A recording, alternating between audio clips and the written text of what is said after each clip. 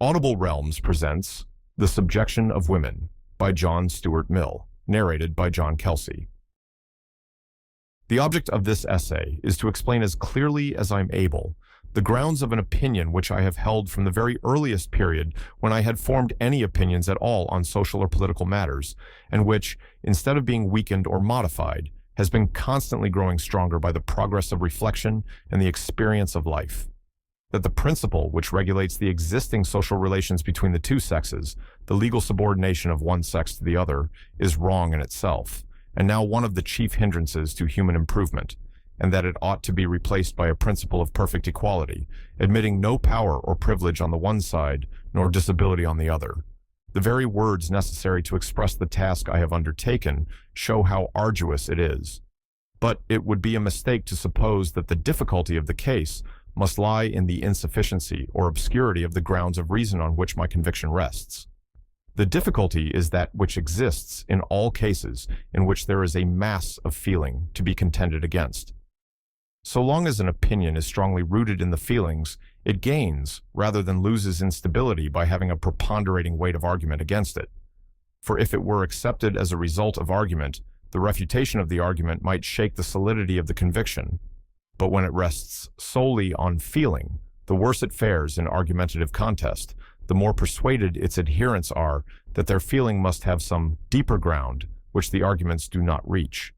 And while the feeling remains, it is always throwing up fresh entrenchments of argument to repair any breach made in the old.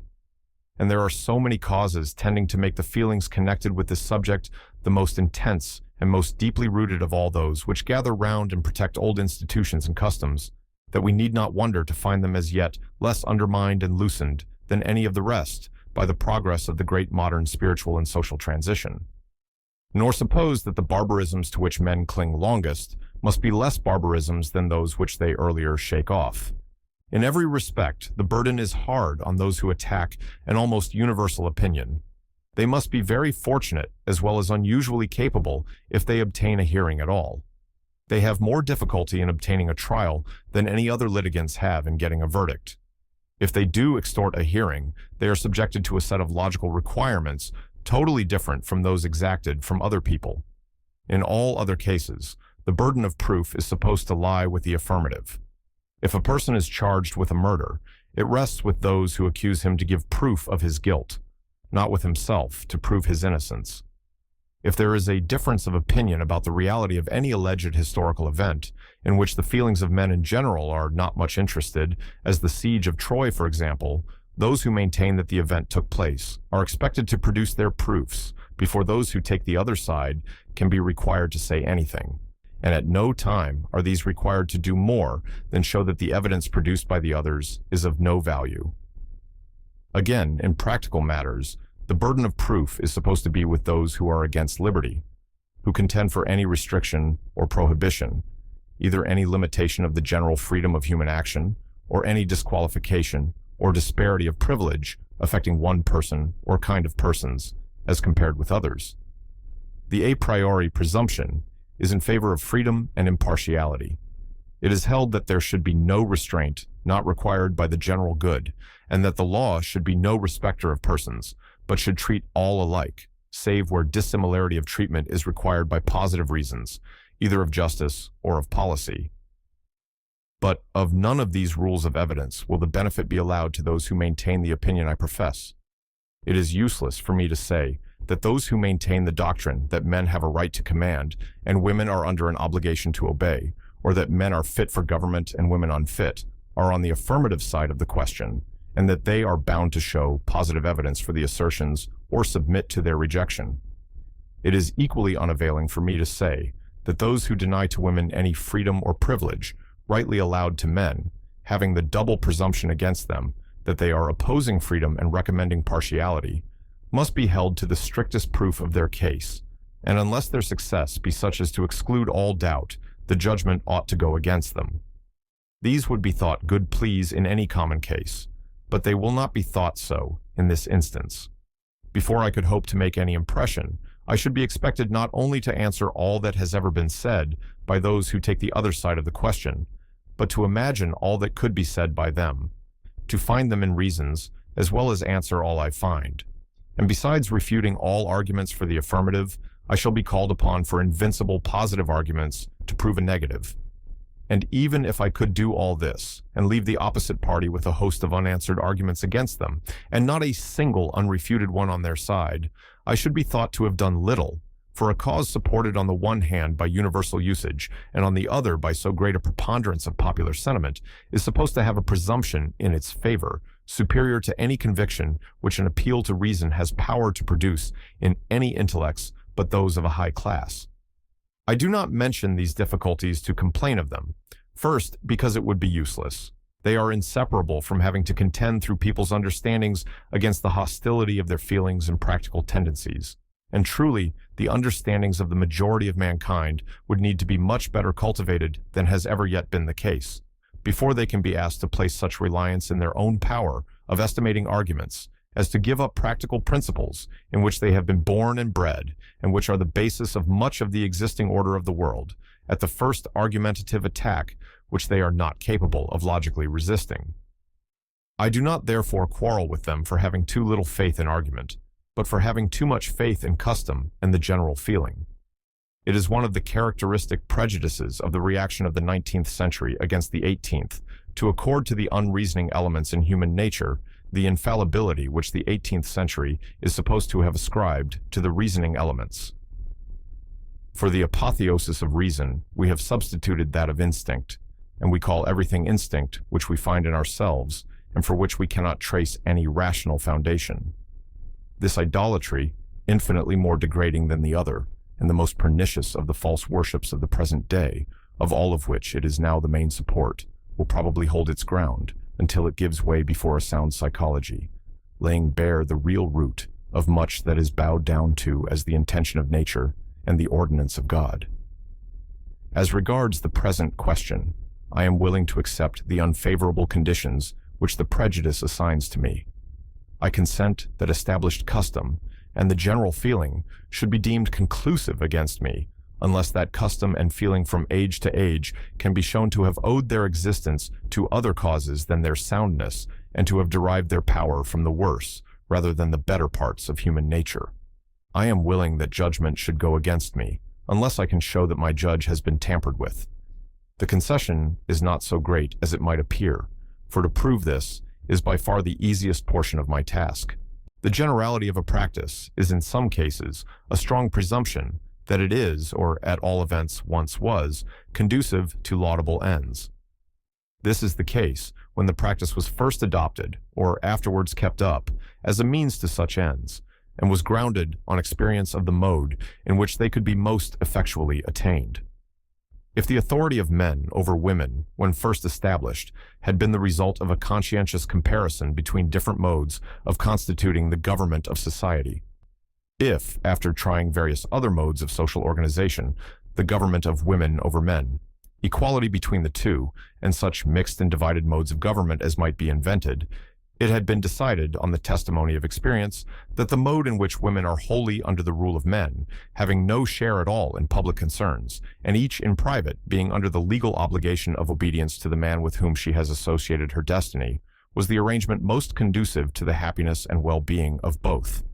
Its general adoption might then be fairly thought to be some evidence that, at the time when it was adopted, if was the best, though even then the considerations which recommended it may, like so many other primeval social facts of the greatest importance, have subsequently, in the course of ages, ceased to exist.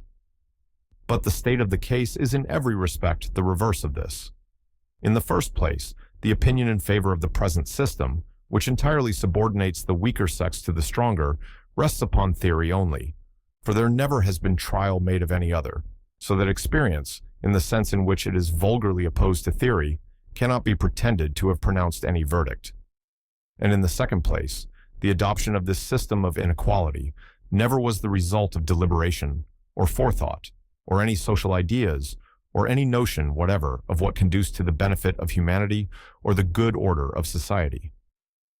It arose simply from the fact that from the very earliest twilight of human society, every woman, owing to the value attached to her by men, combined with her inferiority in muscular strength, was found in a state of bondage to some man. Laws and systems of polity always begin by recognizing the relations they find already existing between individuals. They convert what was a mere physical fact into a legal right, give it the sanction of society, and principally aim at the substitution of public and organized means of asserting and protecting these rights, instead of the irregular and lawless conflict of physical strength. Those who had already been compelled to obedience became in this manner legally bound to it. Slavery, from being a mere affair of force between the master and the slave, became regularized and a matter of compact among the masters, who, binding themselves to one another for common protection, guaranteed by their collective strength the private possessions of each, including his slaves.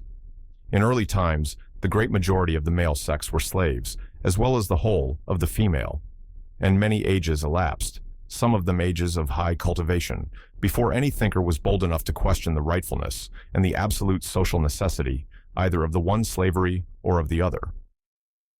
By degrees such thinkers did arise, and, the general progress of society assisting, the slavery of the male sex has, in all the countries of Christian Europe at least, though in one of them, only within the last few years, been at length abolished, and that of the female sex has been gradually changed into a milder form of dependence. But this dependence, as it exists at present, is not an original institution, taking a fresh start from considerations of justice and social expediency.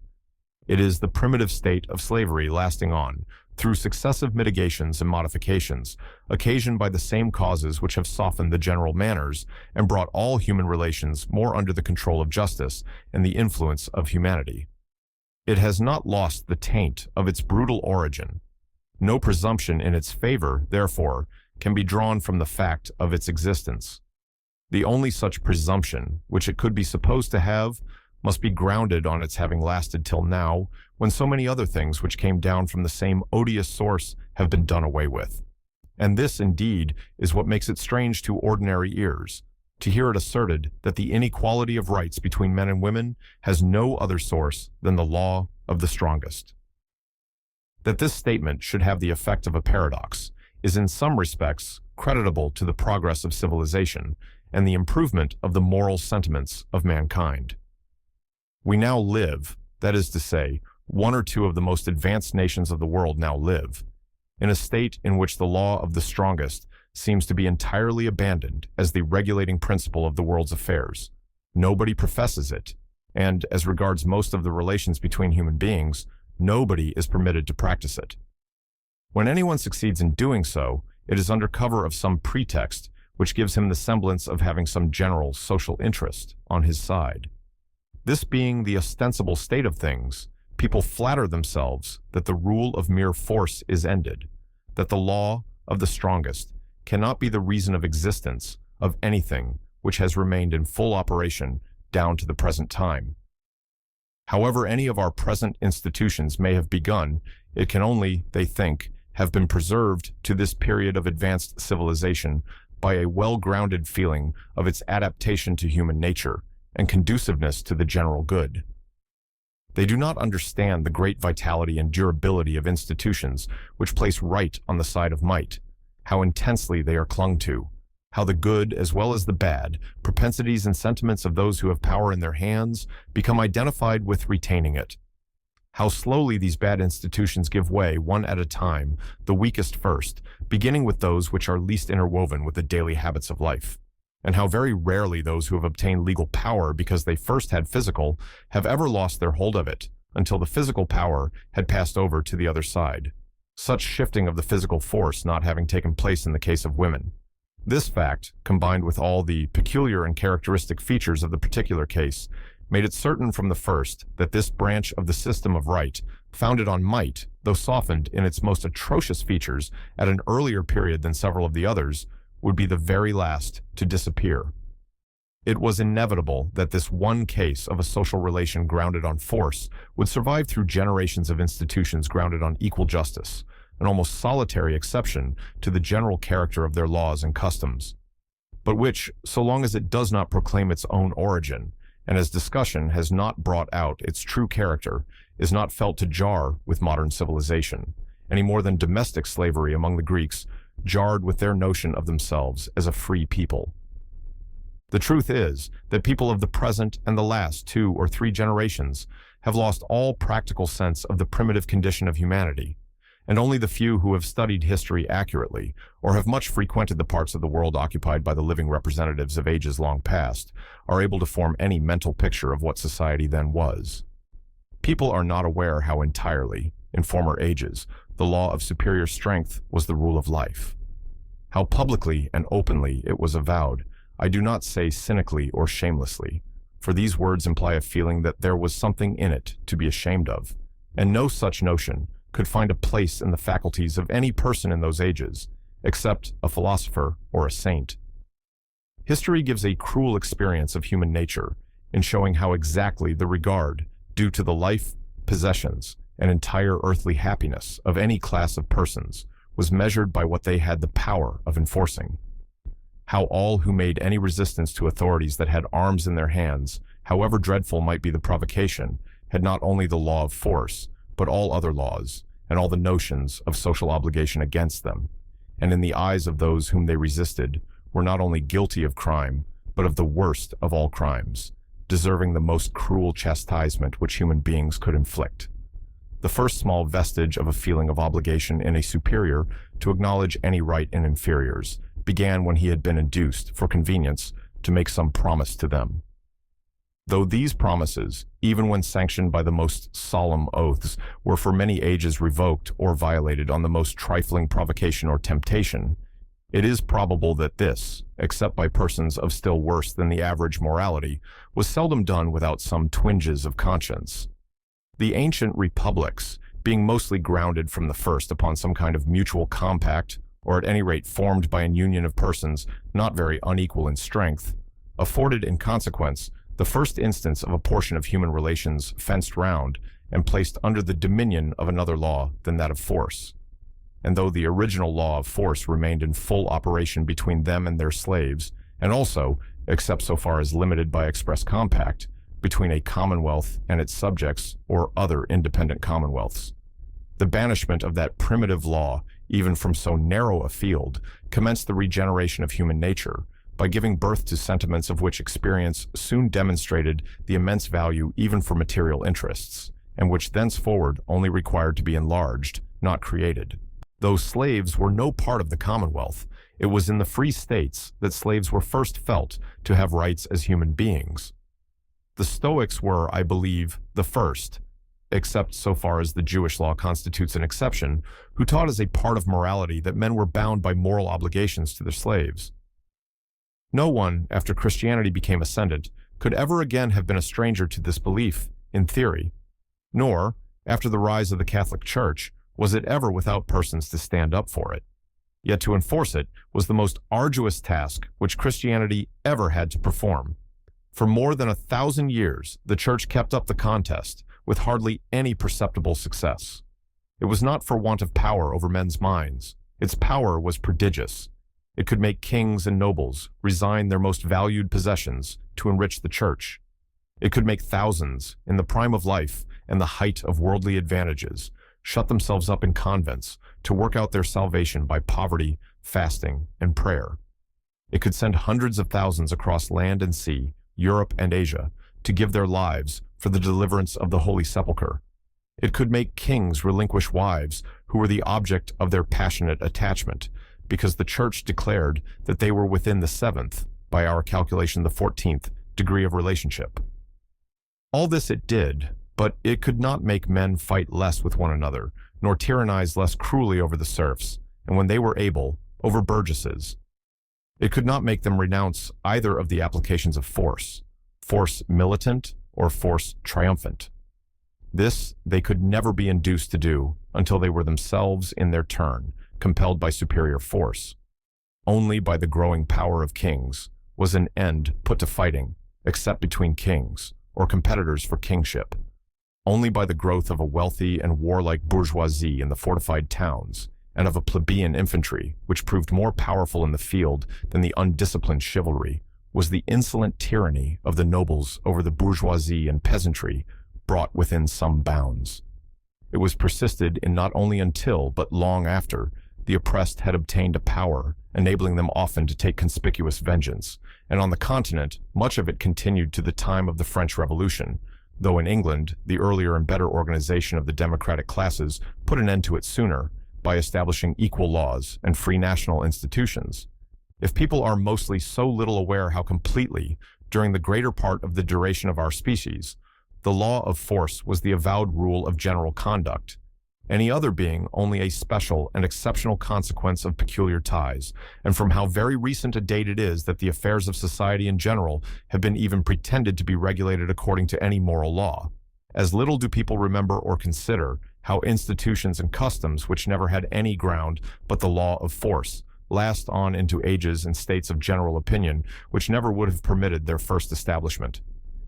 Less than 40 years ago, Englishmen might still by law hold human beings in bondage as saleable property. Within the present century, they might kidnap them and carry them off and work them literally to death. This absolutely extreme case of the law of force, condemned by those who can tolerate almost every other form of arbitrary power, and which, of all others, presents features the most revolting to the feelings of all who look at it from an impartial position, was the law of civilized and Christian England within the memory of persons now living, and in one half of Anglo-Saxon America 3 or 4 years ago. Not only did slavery exist, but the slave trade and the breeding of slaves expressly for it was a general practice between slave states. Yet not only was there a greater strength of sentiment against it, but, in England at least, a less amount either of feeling or of interest in favor of it than of any other of the customary abuses of force, for its motive was the love of gain, unmixed and undisguised. And those who profited by it were a very small numerical fraction of the country, while the natural feeling of all who were not personally interested in it was unmitigated abhorrence. So extreme an instance makes it almost superfluous to refer to any other, but consider the long duration of absolute monarchy. In England at present, it is the almost universal conviction that military despotism is a case of the law of force, having no other origin or justification. Yet, in all the great nations of Europe except England, it either still exists or has only just ceased to exist, and has even now a strong party favorable to it in all ranks of the people, especially among persons of station and consequence. Such is the power of an established system, even when far from universal, when not only in almost every period of history there have been great and well-known examples of the contrary system, but these have almost invariably been afforded by the most illustrious and most prosperous communities. In this case, too, the possessor of the undue power, the person directly interested in it, is only one person, while those who are subject to it and suffer from it are literally all the rest. The yoke is naturally and necessarily humiliating to all persons, except the one who is on the throne, together with, at most, the one who expects to succeed to it. How different are these cases from that of the power of men over women? I am not now prejudging the question of its justifiableness. I am showing how vastly more permanent it could not but be, even if not justifiable, than these other dominations, which have nevertheless lasted down to our own time. Whatever gratification of pride there is in the possession of power, and whatever personal interest in its exercise, is in this case not confined to a limited class, but common to the whole male sex. Instead of being, to most of its supporters, a thing desirable chiefly in the abstract, or, like the political ends usually contended for by factious, of little private importance to any but the leaders, it comes home to the person and hearth of every male head of a family, and of everyone who looks forward to being so. The clodhopper exercises, or is to exercise, his share of the power equally with the highest nobleman. And the case is that in which the desire of power is the strongest, for everyone who desires power desires it most over those who are nearest to him, with whom his life is passed, with whom he has most concerns in common, and in whom any independence of his authority is oftenest likely to interfere with his individual preferences. If, in the other cases specified, powers manifestly grounded only on force, and having so much less to support them, are so slowly, and with so much difficulty got rid of, much more must it be so with this, even if it rests on no better foundation than those. We must consider, too, that the possessors of the power have facilities in this case, greater than in any other, to prevent any uprising against it. Every one of the subjects lives under the very eye, and almost, it may be said, in the hands of one of the masters, in closer intimacy with him than with any of her fellow subjects, with no means of combining against him, no power of even locally overmastering him, and, on the other hand, with the strongest motives for seeking his favor and avoiding to give him offense. In struggles for political emancipation, everybody knows how often its champions are bought off by bribes or daunted by terrors. In the case of women, each individual of the subject class is in a chronic state of bribery and intimidation combined. In setting up the standard of resistance, a large number of the leaders, and still more of the followers, must make an almost complete sacrifice of the pleasures or the alleviations of their own individual lot. If ever any system of privilege and enforced subjection had its yoke tightly riveted on the necks of those who are kept down by it, this has. I have not yet shown that it is a wrong system, but everyone who is capable of thinking on the subject must see that even if it is, it was certain to outlast all other forms of unjust authority.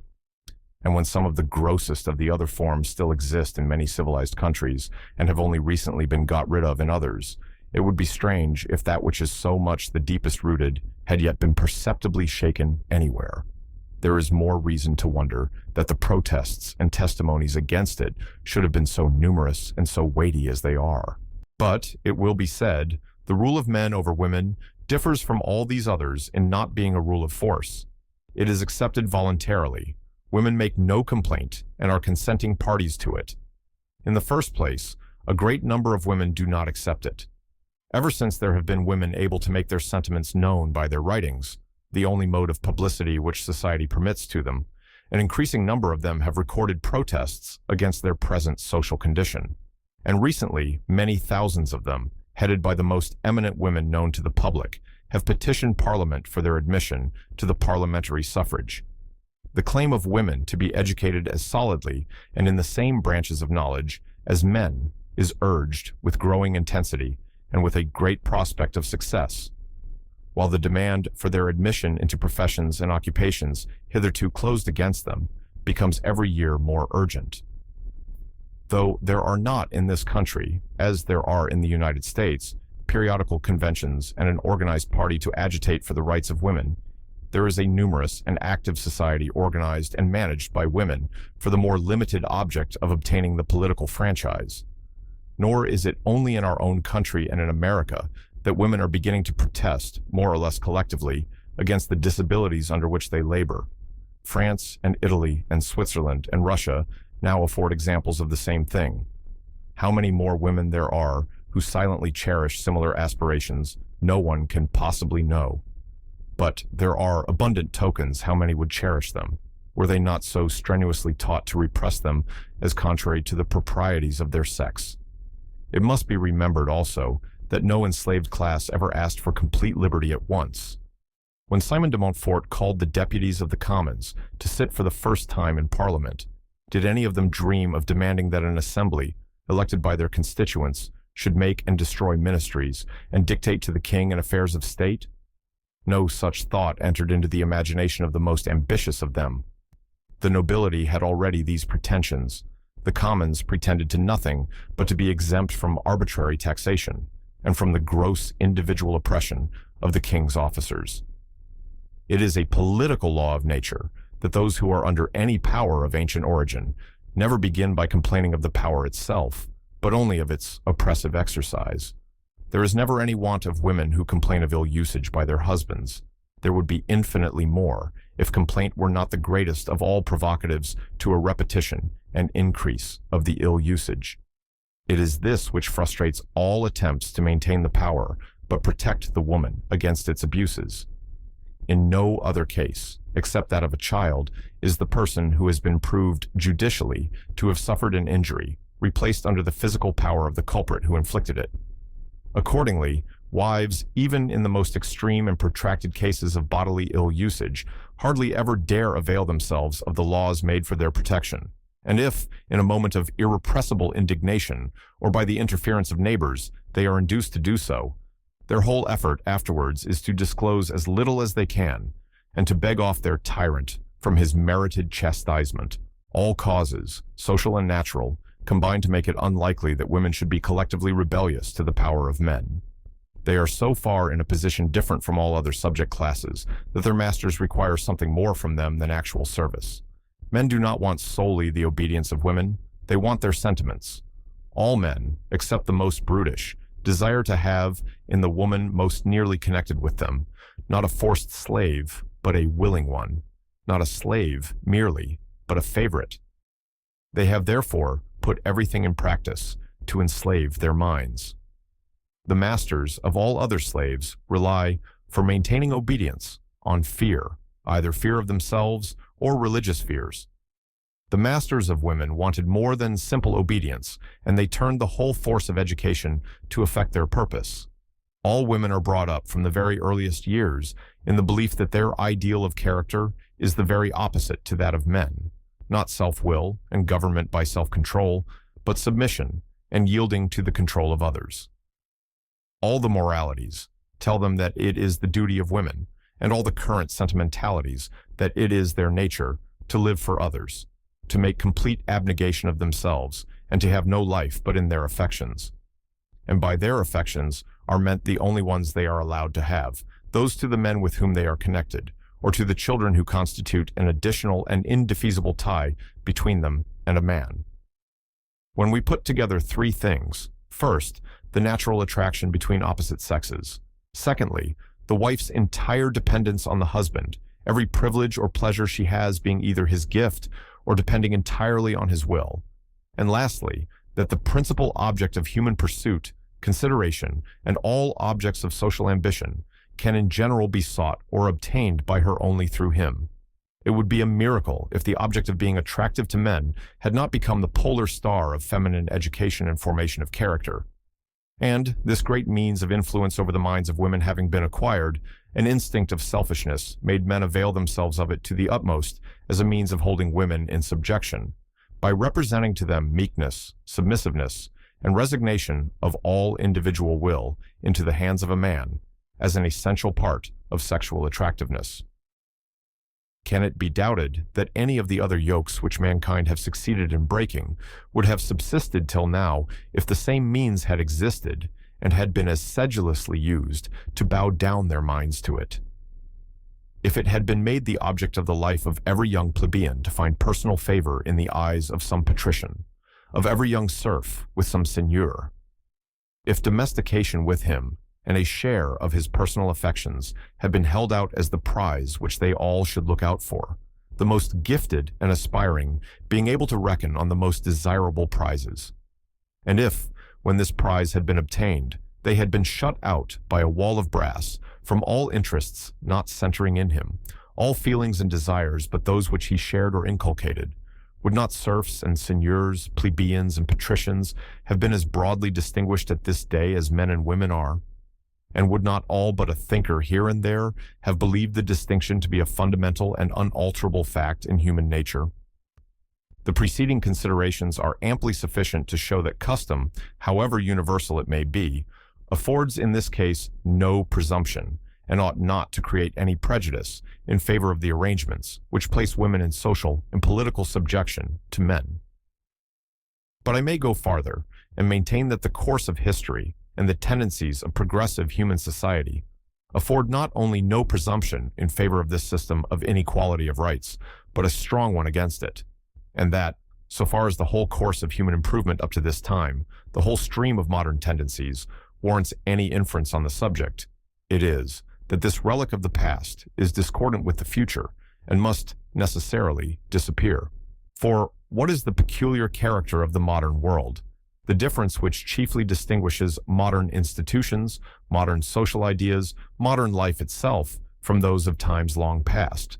It is that human beings are no longer born to their place in life and chained down by an inexorable bond to the place they are born to, but are free to employ their faculties and such favorable chances as offer to achieve the lot which may appear to them most desirable. Human society of old was constituted on a very different principle. All were born to a fixed social position, and were mostly kept in it by law, or interdicted from any means by which they could emerge from it. As some men are born white and others black, so some were born slaves and others freemen and citizens. Some were born patricians, others plebeians. Some were born feudal nobles, others commoners and roturiers. A slave or serf could never make himself free, nor, except by the will of his master, become so. In most European countries, it was not till towards the close of the Middle Ages, and as a consequence of the growth of regal power, that commoners could be ennobled. Even among nobles, the eldest son was born the exclusive heir to the paternal possessions, and a long time elapsed before it was fully established that the father could disinherit him. Among the industrious classes, only those who were born members of a guild, or were admitted into it by its members, could lawfully practice their calling within its local limits. And nobody could practice any calling deemed important in any but the legal manner, by processes authoritatively prescribed. Manufacturers have stood in the pillory for presuming to carry on their business by new and improved methods. In modern Europe, and most in those parts of it which have participated most largely in all other modern improvements, diametrically opposite doctrines now prevail. Law and government do not undertake to prescribe by whom any social or industrial operation shall or shall not be conducted, or what modes of conducting them shall be lawful. These things are left to the unfettered choice of individuals. Even the laws which required that workmen should serve an apprenticeship have in this country been repealed, there being ample assurance that in all cases in which an apprenticeship is necessary, its necessity will suffice to enforce it. The old theory was that the least possible should be left to the choice of the individual agent, that all he had to do should, as far as practicable, be laid down for him by superior wisdom. Left to himself, he was sure to go wrong.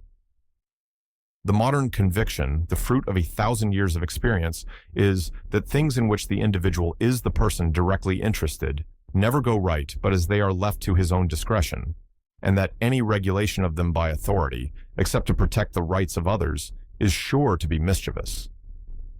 This conclusion, slowly arrived at, and not adopted until almost every possible application of the contrary theory had been made with disastrous result, now, in the industrial department, prevails universally in the most advanced countries, almost universally in all that have pretensions to any sort of advancement.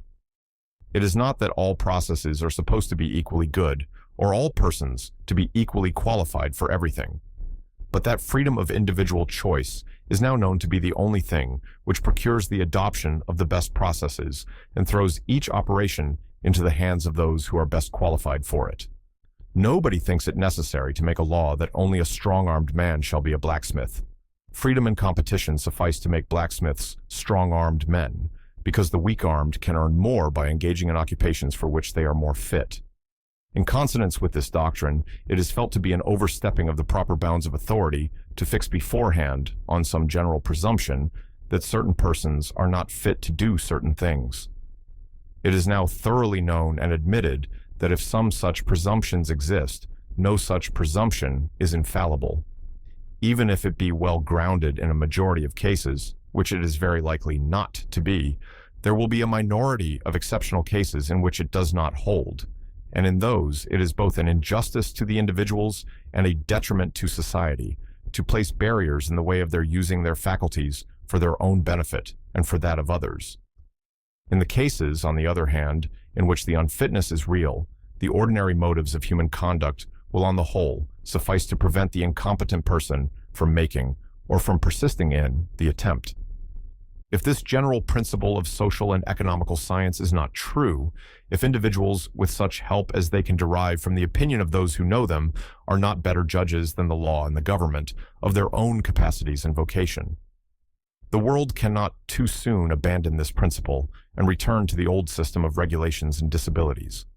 But if the principle is true, we ought to act as if we believed it, and not to ordain that to be born a girl instead of a boy, any more than to be born black instead of white, or a commoner instead of a nobleman, shall decide the person's position through all life, shall interdict people from all the more elevated social positions, and from all, except a few, respectable occupations. Even were we to admit the utmost that is ever pretended as to the superior fitness of men for all the functions now reserved to them, the same argument applies which forbids a legal qualification for members of Parliament. If only once in a dozen years the conditions of eligibility exclude a fit person, there is a real loss, while the exclusion of thousands of unfit persons is no gain, For if the constitution of the electoral body disposes them to choose unfit persons, there are always plenty of such persons to choose from.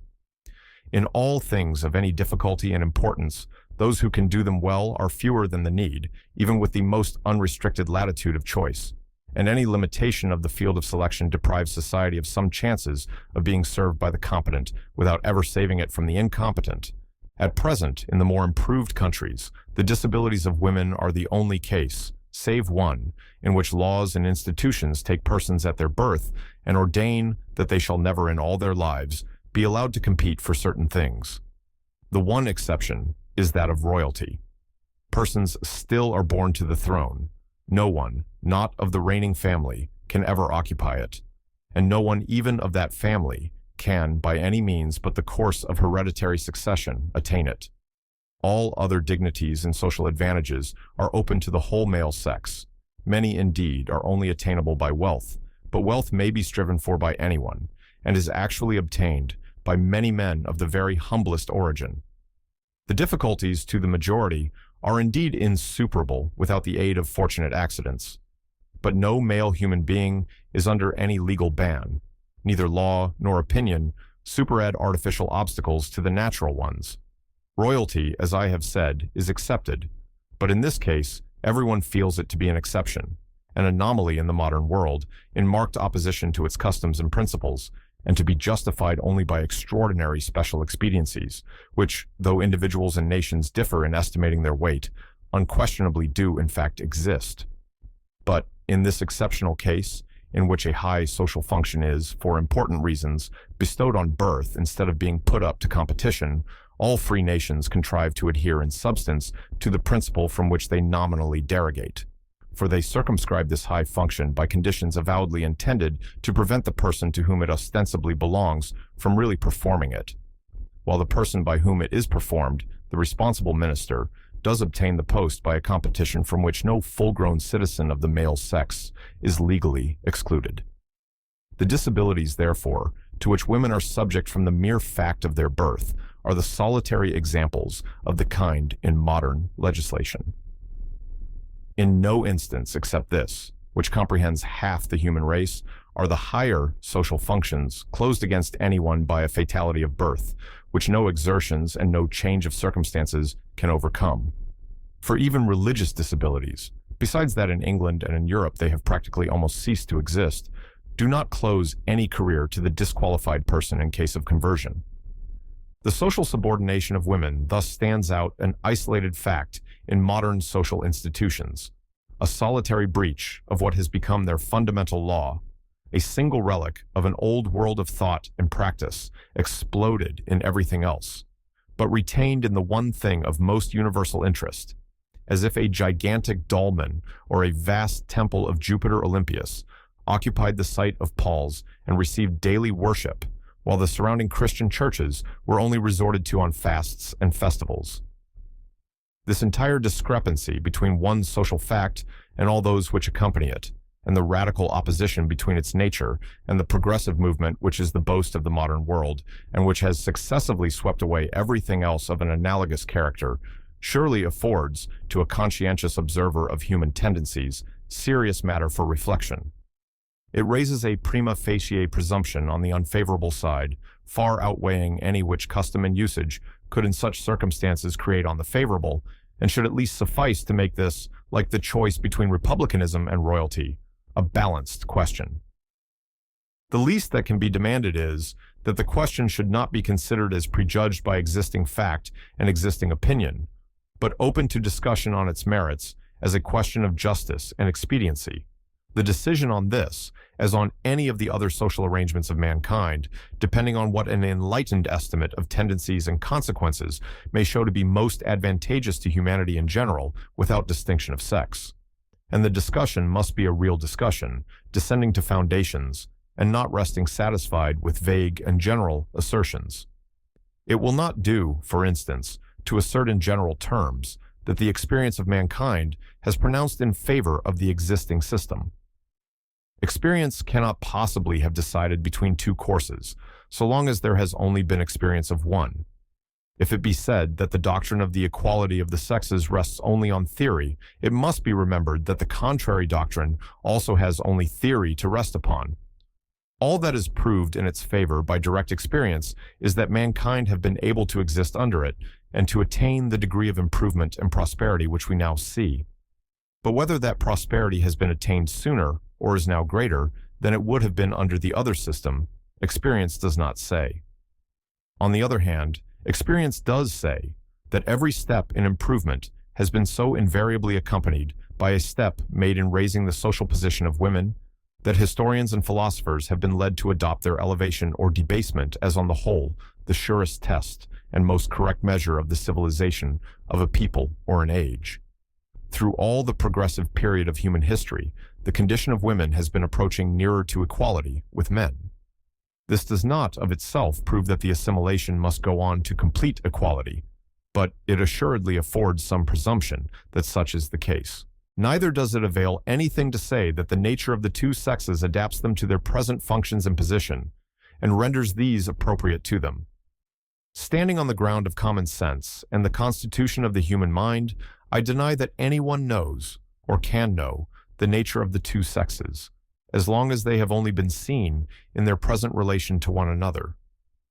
If men had ever been found in society without women, or women without men, or if there had been a society of men and women in which the women were not under the control of the men, something might have been positively known about the mental and moral differences which may be inherent in the nature of each.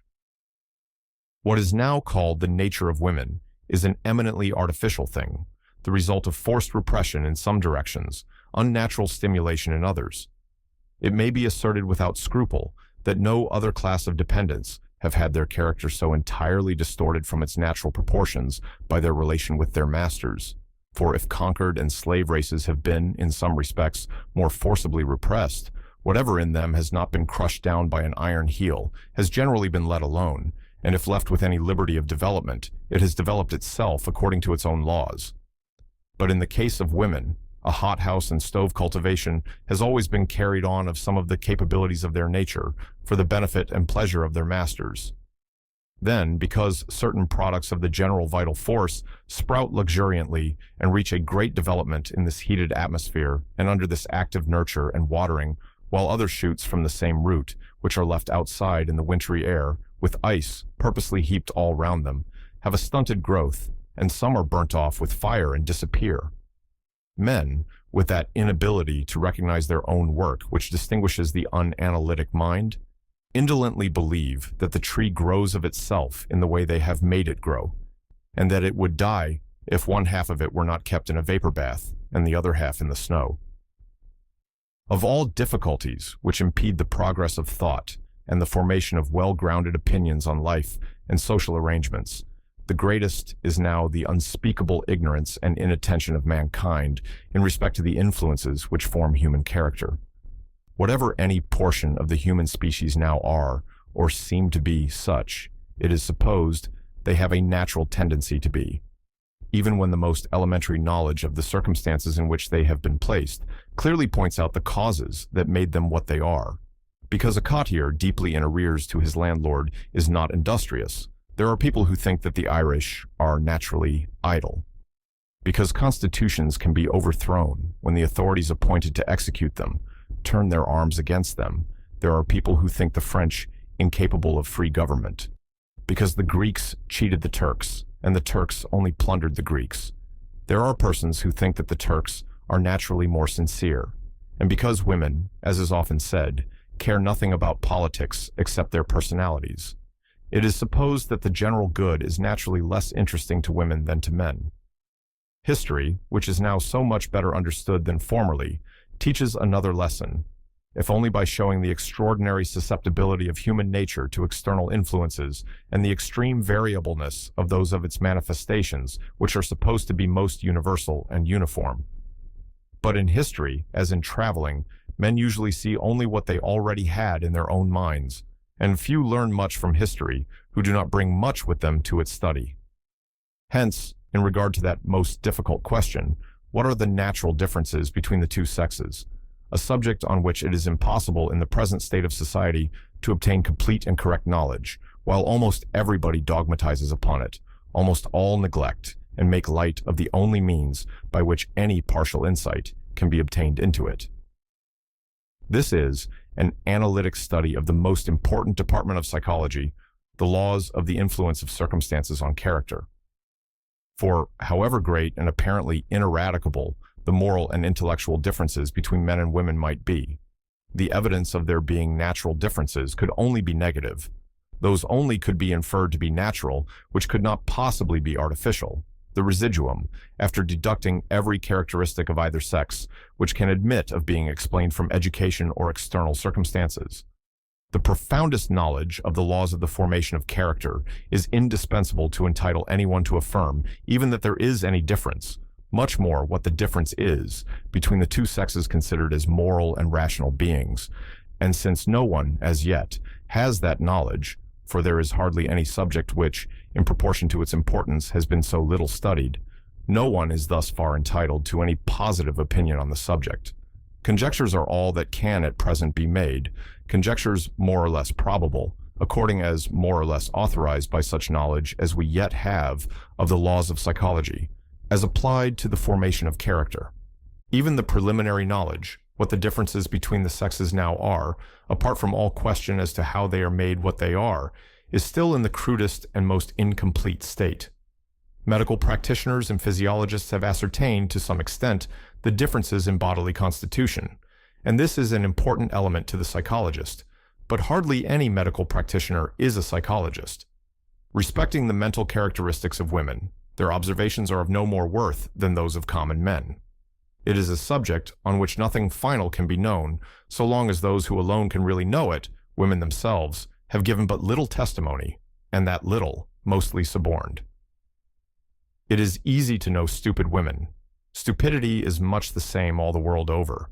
A stupid person's notions and feelings may confidently be inferred from those which prevail in the circle by which the person is surrounded. Not so with those whose opinions and feelings are an emanation from their own nature and faculties. It is only a man, here and there, who has any tolerable knowledge of the character even of the women of his own family. I do not mean of their capabilities. These nobody knows, not even themselves, because most of them have never been called out. I mean their actually existing thoughts and feelings. Many a man thinks he perfectly understands women because he has had amatory relations with several, perhaps with many of them. If he is a good observer, and his experience extends to quality as well as quantity, he may have learnt something of one narrow department of their nature, an important department, no doubt, but of all the rest of it, few persons are generally more ignorant, because there are few from whom it is so carefully hidden. The most favorable case which a man can generally have for studying the character of a woman is that of his own wife, for the opportunities are greater, and the cases of complete sympathy not so unspeakably rare. And in fact, this is the source from which any knowledge worth having on the subject has, I believe, generally come. But most men have not had the opportunity of studying in this way more than a single case.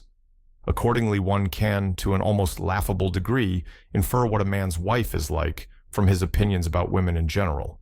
To make even this one case yield any result, the woman must be worth knowing, and the man not only a competent judge, but of a character so sympathetic in itself and so well adapted to hers, that he can either read her mind by sympathetic intuition, or has nothing in himself which makes her shy of disclosing it. Hardly anything, I believe, can be more rare than this conjunction.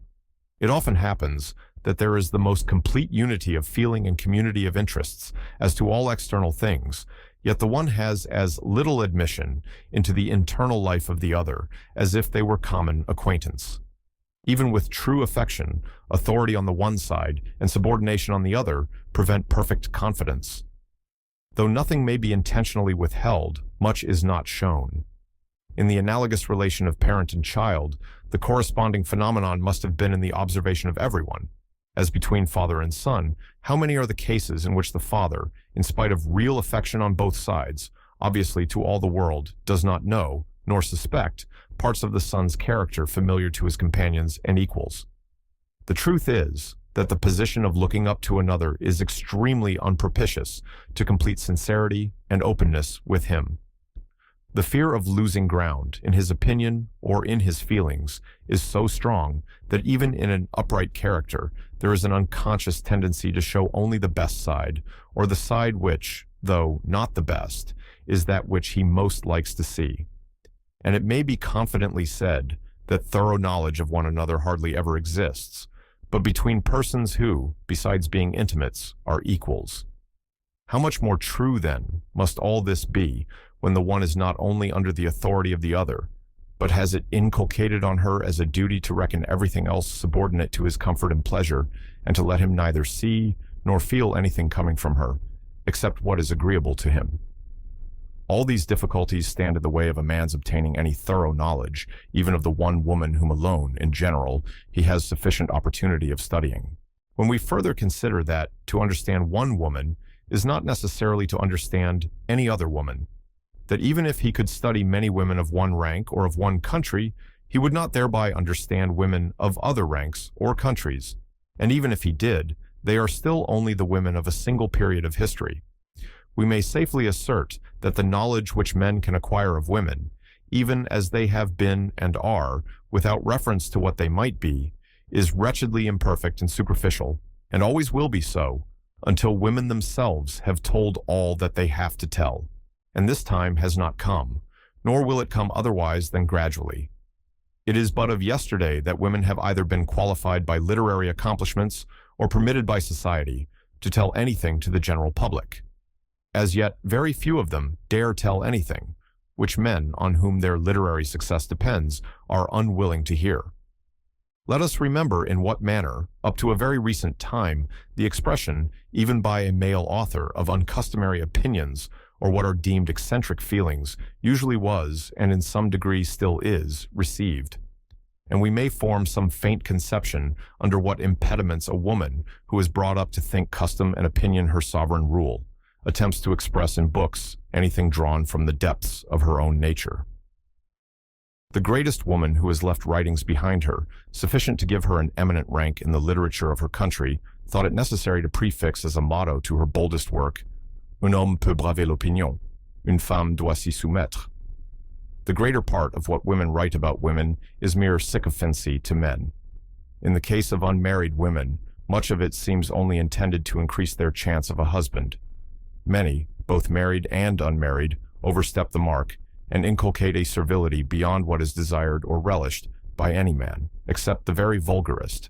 But this is not so often the case as, even at a quite late period, it still was. Literary women are becoming more free-spoken and more willing to express their real sentiments. Unfortunately, in this country especially, they are themselves such artificial products that their sentiments are compounded of a small element of individual observation and consciousness, and a very large one of acquired associations. This will be less and less the case, but it will remain true to a great extent, as long as social institutions do not admit the same free development of originality in women which is possible to men. When that time comes, and not before, we shall see, and not merely hear, as much as it is necessary to know of the nature of women and the adaptation of other things to it. I have dwelt so much on the difficulties which at present obstruct any real knowledge by men of the true nature of women, because in this, as in so many other things, opinio copiae inter maximas causes inopiae est, and there is little chance of reasonable thinking on the matter, while people flatter themselves that they perfectly understand a subject of which most men know absolutely nothing, and of which it is at present impossible that any man, or all men taken together, should have knowledge which can qualify them to lay down the law to women as to what is, or is not, their vocation. Happily, no such knowledge is necessary for any practical purpose connected with the position of women in relation to society and life. For, according to all the principles involved in modern society, the question rests with women themselves, to be decided by their own experience and by the use of their own faculties. There are no means of finding what either one person or many can do, but by trying, and no means by which anyone else can discover for them what it is for their happiness to do or leave undone. One thing we may be certain of, that what is contrary to women's nature to do, they never will be made to do by simply giving their nature free play. The anxiety of mankind to interfere in behalf of nature, for fear lest nature should not succeed in effecting its purpose, is an altogether unnecessary solicitude. What women by nature cannot do, it is quite superfluous to forbid them from doing. What they can do, but not so well as the men who are their competitors, competition suffices to exclude them from. Since nobody asks for protective duties and bounties in favor of women, it is only asked that the present bounties and protective duties in favor of men should be recalled. If women have a greater natural inclination for some things than for others, there is no need of laws or social inculcation to make the majority of them do the former in preference to the latter. Whatever women's services are most wanted for, the free play of competition will hold out the strongest inducements to them to undertake. And, as the words imply, they are most wanted for the things for which they are most fit, by the apportionment of which to them, the collective faculties of the two sexes can be applied on the whole with the greatest sum of valuable result. The general opinion of men is supposed to be that the natural vocation of a woman is that of a wife and mother. I say is supposed to be because, judging from acts, from the whole of the present constitution of society, one might infer that their opinion was the direct contrary. They might be supposed to think that the alleged natural vocation of women was of all things the most repugnant to their nature, insomuch that if they are free to do anything else, if any other means of living or occupation of their time and faculties is open which has any chance of appearing desirable to them, there will not be enough of them who will be willing to accept the condition said to be natural to them. If this is the real opinion of men in general, it would be well that it should be spoken out. I should like to hear somebody openly enunciating the doctrine. It is already implied in much that is written on the subject. It is necessary to society that women should marry and produce children. They will not do so unless they are compelled. Therefore, it is necessary to compel them. The merits of the case would then be clearly defined. It would be exactly that of the slaveholders of South Carolina and Louisiana. It is necessary that cotton and sugar should be grown. White men cannot produce them. Negroes will not, for any wages which we choose to give. Ergo, they must be compelled. An illustration still closer to the point is that of impressment. Sailors must absolutely be had to defend the country. It often happens that they will not voluntarily enlist. Therefore, there must be the power of forcing them. How often has this logic been used? And, but for one flaw in it, without doubt, it would have been successful up to this day. But it is open to the retort. First pay the sailors the honest value of their labor. When you have made it as well worth their while to serve you as to work for other employers, you will have no more difficulty than others have in obtaining their services. To this there is no logical answer except, I will not. And as people are now not only ashamed, but are not desirous, to rob the laborer of his hire, impressment is no longer advocated. Those who attempt to force women into marriage by closing all other doors against them lay themselves open to a similar retort. If they mean what they say, their opinion must evidently be that men do not render the married condition so desirable to women as to induce them to accept it for its own recommendations. It is not a sign of one's thinking the boon one offers very attractive when one allows only Hobson's choice, that or none. And here, I believe, is the clue to the feelings of those men who have a real antipathy to the equal freedom of women. I believe they are afraid, not lest women should be unwilling to marry, for I do not think that anyone in reality has that apprehension, but lest they should insist that marriage should be on equal conditions, lest all women of spirit and capacity should prefer doing almost anything else, not in their own eyes, degrading rather than marry, when marrying is giving themselves a master, and a master too of all their earthly possessions. And truly, if this consequence were necessarily incident to marriage, I think that the apprehension would be very well founded. I agree in thinking it probable that few women, capable of anything else, would, unless under an irresistible entrainment, rendering them for the time insensible to anything but itself, choose such a lot, when any other means were open to them of filling a conventionally honorable place in life. And if men are determined that the law of marriage shall be a law of despotism, they are quite right, in point of mere policy, in leaving to women only Hobson's choice.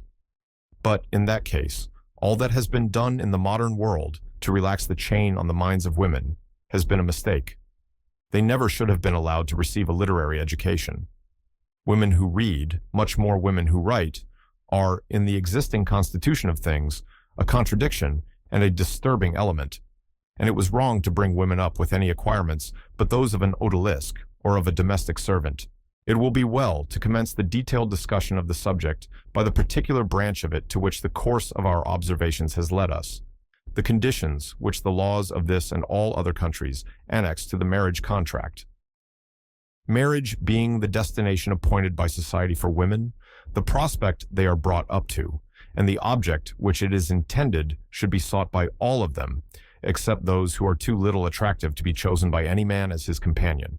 One might have supposed that everything would have been done to make this condition as eligible to them as possible, that they might have no cause to regret being denied the option of any other.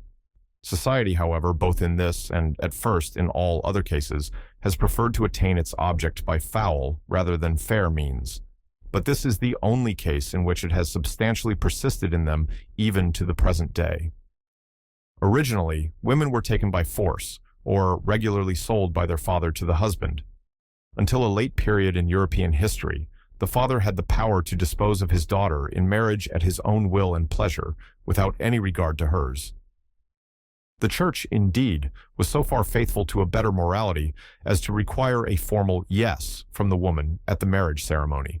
But there was nothing to show that the consent was other than compulsory, and it was practically impossible for the girl to refuse compliance if the father persevered, except perhaps when she might obtain the protection of religion by a determined resolution to take monastic vows. After marriage, the man had anciently, but this was anterior to Christianity, the power of life and death over his wife. She could invoke no law against him. He was her sole tribunal and law. For a long time he could repudiate her, but she had no corresponding power in regard to him. By the old laws of England, the husband was called the lord of the wife. He was literally regarded as her sovereign, inasmuch that the murder of a man by his wife was called treason, petty as distinguished from high treason, and was more cruelly avenged than was usually the case with high treason, for the penalty was burning to death. Because these various enormities have fallen into disuse, for most of them were never formally abolished, or not until they had long ceased to be practiced, men suppose that all is now as it should be in regard to the marriage contract, and we are continually told that civilization and Christianity have restored to the woman her just rights. Meanwhile, the wife is the actual bond servant of her husband, no less so, as far as legal obligation goes, than slaves commonly so called. She vows a lifelong obedience to him at the altar, and is held to it all through her life by law. Casuists may say that the obligation of obedience stops short of participation in crime, but it certainly extends to everything else. She can do no act whatever, but by his permission, at least tacit. She can acquire no property but for him. The instant it becomes hers, even if by inheritance, it becomes ipso facto his.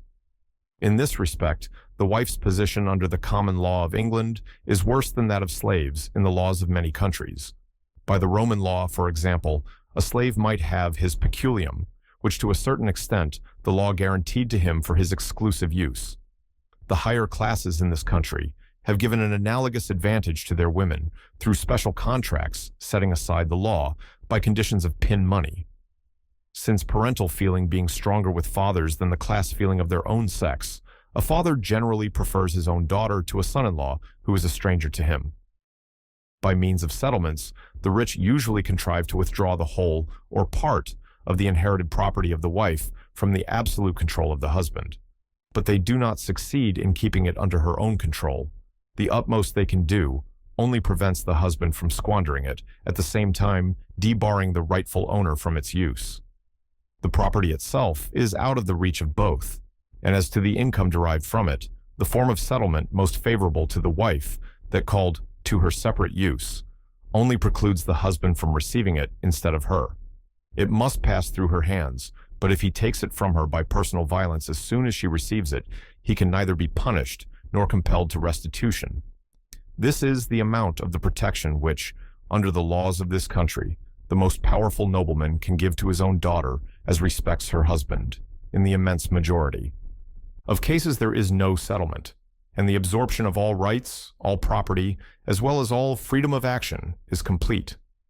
The two are called one person in law, for the purpose of inferring that whatever is hers is his, but the parallel inference is never drawn that whatever is his is hers. The maxim is not applied against the man except to make him responsible to third parties for her acts, as a master is for the acts of his slaves or of his cattle. I am far from pretending that wives are in general no better treated than slaves, but no slave is a slave to the same lengths, and in so full a sense of the word, as a wife is. Hardly any slave, except one immediately attached to the master's person, is a slave at all hours and all minutes. In general, he has, like a soldier, his fixed task, and when it is done, or when he is off duty, he disposes, within certain limits, of his own time, and has a family life into which the master rarely intrudes. Uncle Tom, under his first master, had his own life in his cabin, almost as much as any man whose work takes him away from home is able to have in his own family, but it cannot be so with the wife. Above all, a female slave has, in Christian countries, an admitted right, and is considered under a moral obligation, to refuse to her master the last familiarity. Not so the wife. However brutal a tyrant she may unfortunately be chained to, though she may know that he hates her, though it may be his daily pleasure to torture her, and though she may feel it impossible not to loathe him, he can claim from her and enforce the lowest degradation of a human being, that of being made the instrument of an animal function contrary to her inclinations. While she is held in this worst description of slavery as to her own person, what is her position in regard to the children in whom she and her master have a joint interest? They are, by law, his children. He alone has any legal rights over them. Not one act can she do towards or in relation to them, except by delegation from him. Even after he is dead, she is not their legal guardian, unless he by will has made her so. He could even send them away from her, and deprive her of the means of seeing or corresponding with them, until this power was in some degree restricted by Sergeant Talford's Act. This is her legal state, and from this state she has no means of withdrawing herself. If she leaves her husband, she can take nothing with her, neither her children nor anything which is rightfully her own. If he chooses, he can compel her to return, by law or by physical force, or he may content himself with seizing for his own use anything which she may earn, or which may be given to her by her relations.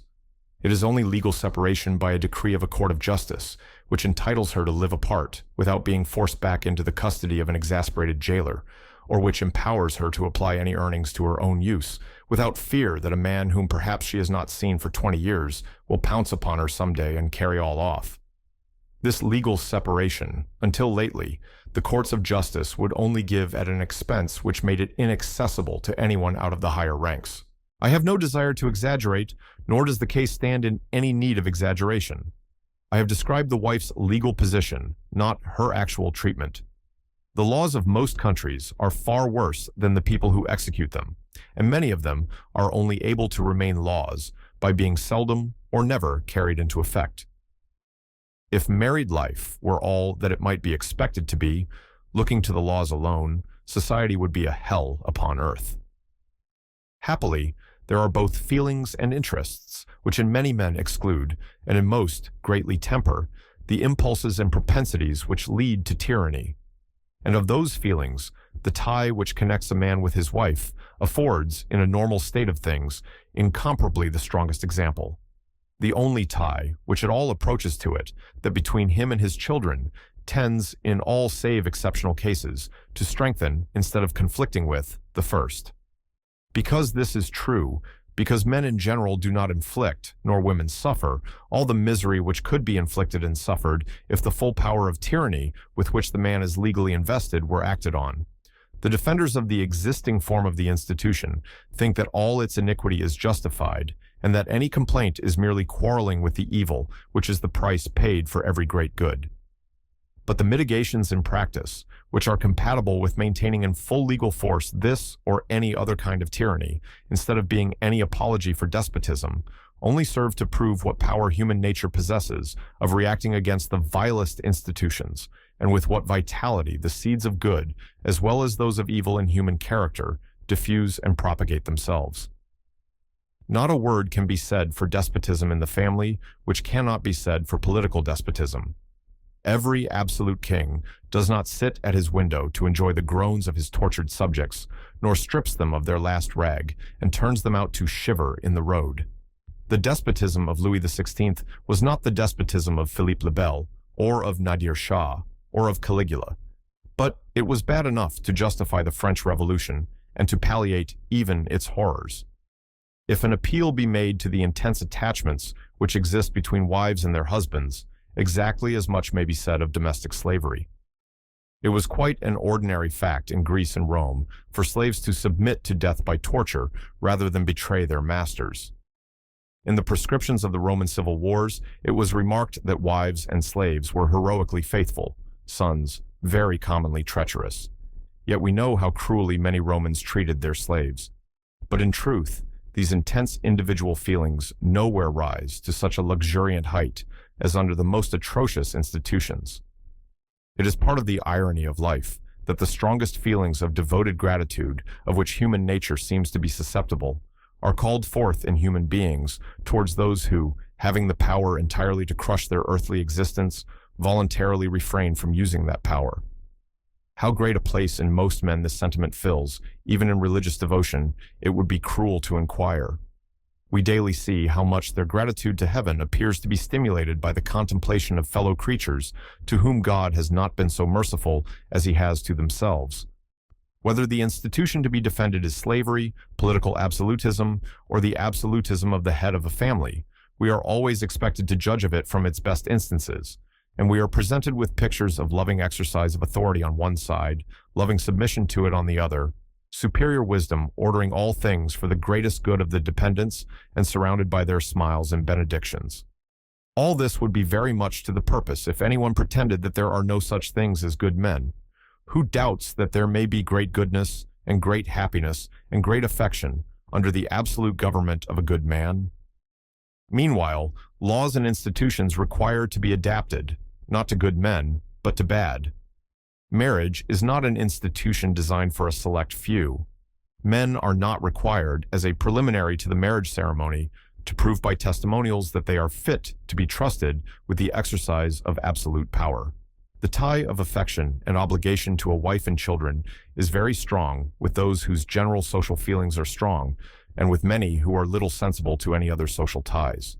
But there are all degrees of sensibility and insensibility to it, as there are all grades of goodness and wickedness in men, down to those whom no ties will bind, and on whom society has no action but through its ultima ratio, the penalties of the law. In every grade of this descending scale are men to whom are committed all the legal powers of a husband. The vilest malefactor has some wretched woman tied to him, against whom he can commit any atrocity except killing her, and, if tolerably cautious, can do that without much danger of the legal penalty. And how many thousands are there among the lowest classes in every country who, without being in a legal sense, malefactors in any other respect, because in every other quarter their aggressions meet with resistance, indulge the utmost habitual excesses of bodily violence towards the unhappy wife, who alone, at least of grown persons, can neither repel nor escape from their brutality, and towards whom the excess of dependence inspires their mean and savage natures, not with a generous forbearance and a point of honor to behave well to one whose lot in life is trusted entirely to their kindness, but on the contrary with a notion that the law has delivered her to them as their thing, to be used at their pleasure, and that they are not expected to practice the consideration towards her which is required from them towards everybody else.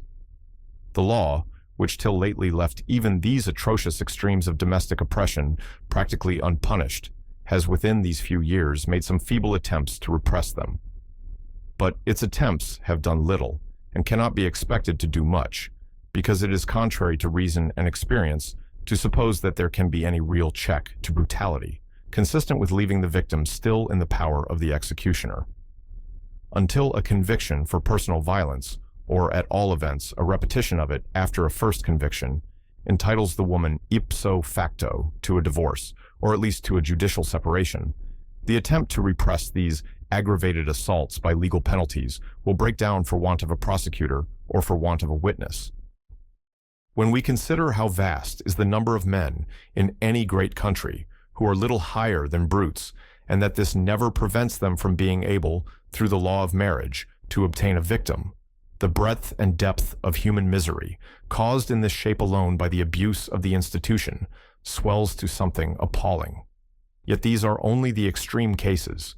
They are the lowest abysses, but there is a sad succession of depth after depth before reaching them. In domestic as in political tyranny, the case of absolute monsters chiefly illustrates the institution by showing that there is scarcely any horror which may not occur under it if the despot pleases, and thus setting in a strong light what must be the terrible frequency of things only a little less atrocious. Absolute fiends are as rare as angels, perhaps rarer. Ferocious savages, with occasional touches of humanity, are however very frequent. And in the wide interval which separates these from any worthy representatives of the human species, how many are the forms and gradations of animalism and selfishness, often under an outward varnish of civilization and even cultivation, living at peace with the law, maintaining a creditable appearance to all who are not under their power, yet sufficient often to make the lives of all who are so a torment and a burden to them. It would be tiresome to repeat the commonplaces about the unfitness of men in general for power, which, after the political discussions of centuries, everyone knows by heart, were it not that hardly anyone thinks of applying these maxims to the case in which above all others they are applicable, that of power, not placed in the hands of a man here and there, but offered to every adult male, down to the basest and most ferocious. It is not because a man is not known to have broken any of the 10 Commandments, or because he maintains a respectable character in his dealings with those whom he cannot compel to have intercourse with him, or because he does not fly out into violent bursts of ill temper against those who are not obliged to bear with him, that it is possible to surmise of what sort his conduct will be in the unrestraint of home. Even the commonest men reserve the violent, the sulky, the undisguisedly selfish side of their character for those who have no power to withstand it. The relation of superiors to dependents is the nursery of these vices of character, which, wherever else they exist, are an overflowing from that source. A man who is morose or violent to his equals is sure to be one who has lived among inferiors whom he could frighten or worry into submission. If the family in its best forms is, as it is often said to be, a school of sympathy, tenderness, and loving forgetfulness of self, it is still oftener, as respects its chief, a school of willfulness, overbearingness, unbounded self-indulgence, and a double-dyed and idealized selfishness, of which sacrifice itself is only a particular form, the care for the wife and children being only care for them as parts of the man's own interests and belongings, and their individual happiness being immolated in every shape to his smallest preferences. What better is to be looked for under the existing form of the institution? We know that the bad propensities of human nature are only kept within bounds when they are allowed no scope for their indulgence. We know that from impulse and habit, when not from deliberate purpose, almost everyone to whom others yield goes on encroaching upon them, until a point is reached at which they are compelled to resist. Such being the common tendency of human nature, the almost unlimited power which present social institutions give to the man over at least one human being, the one with whom he resides, and whom he is always present.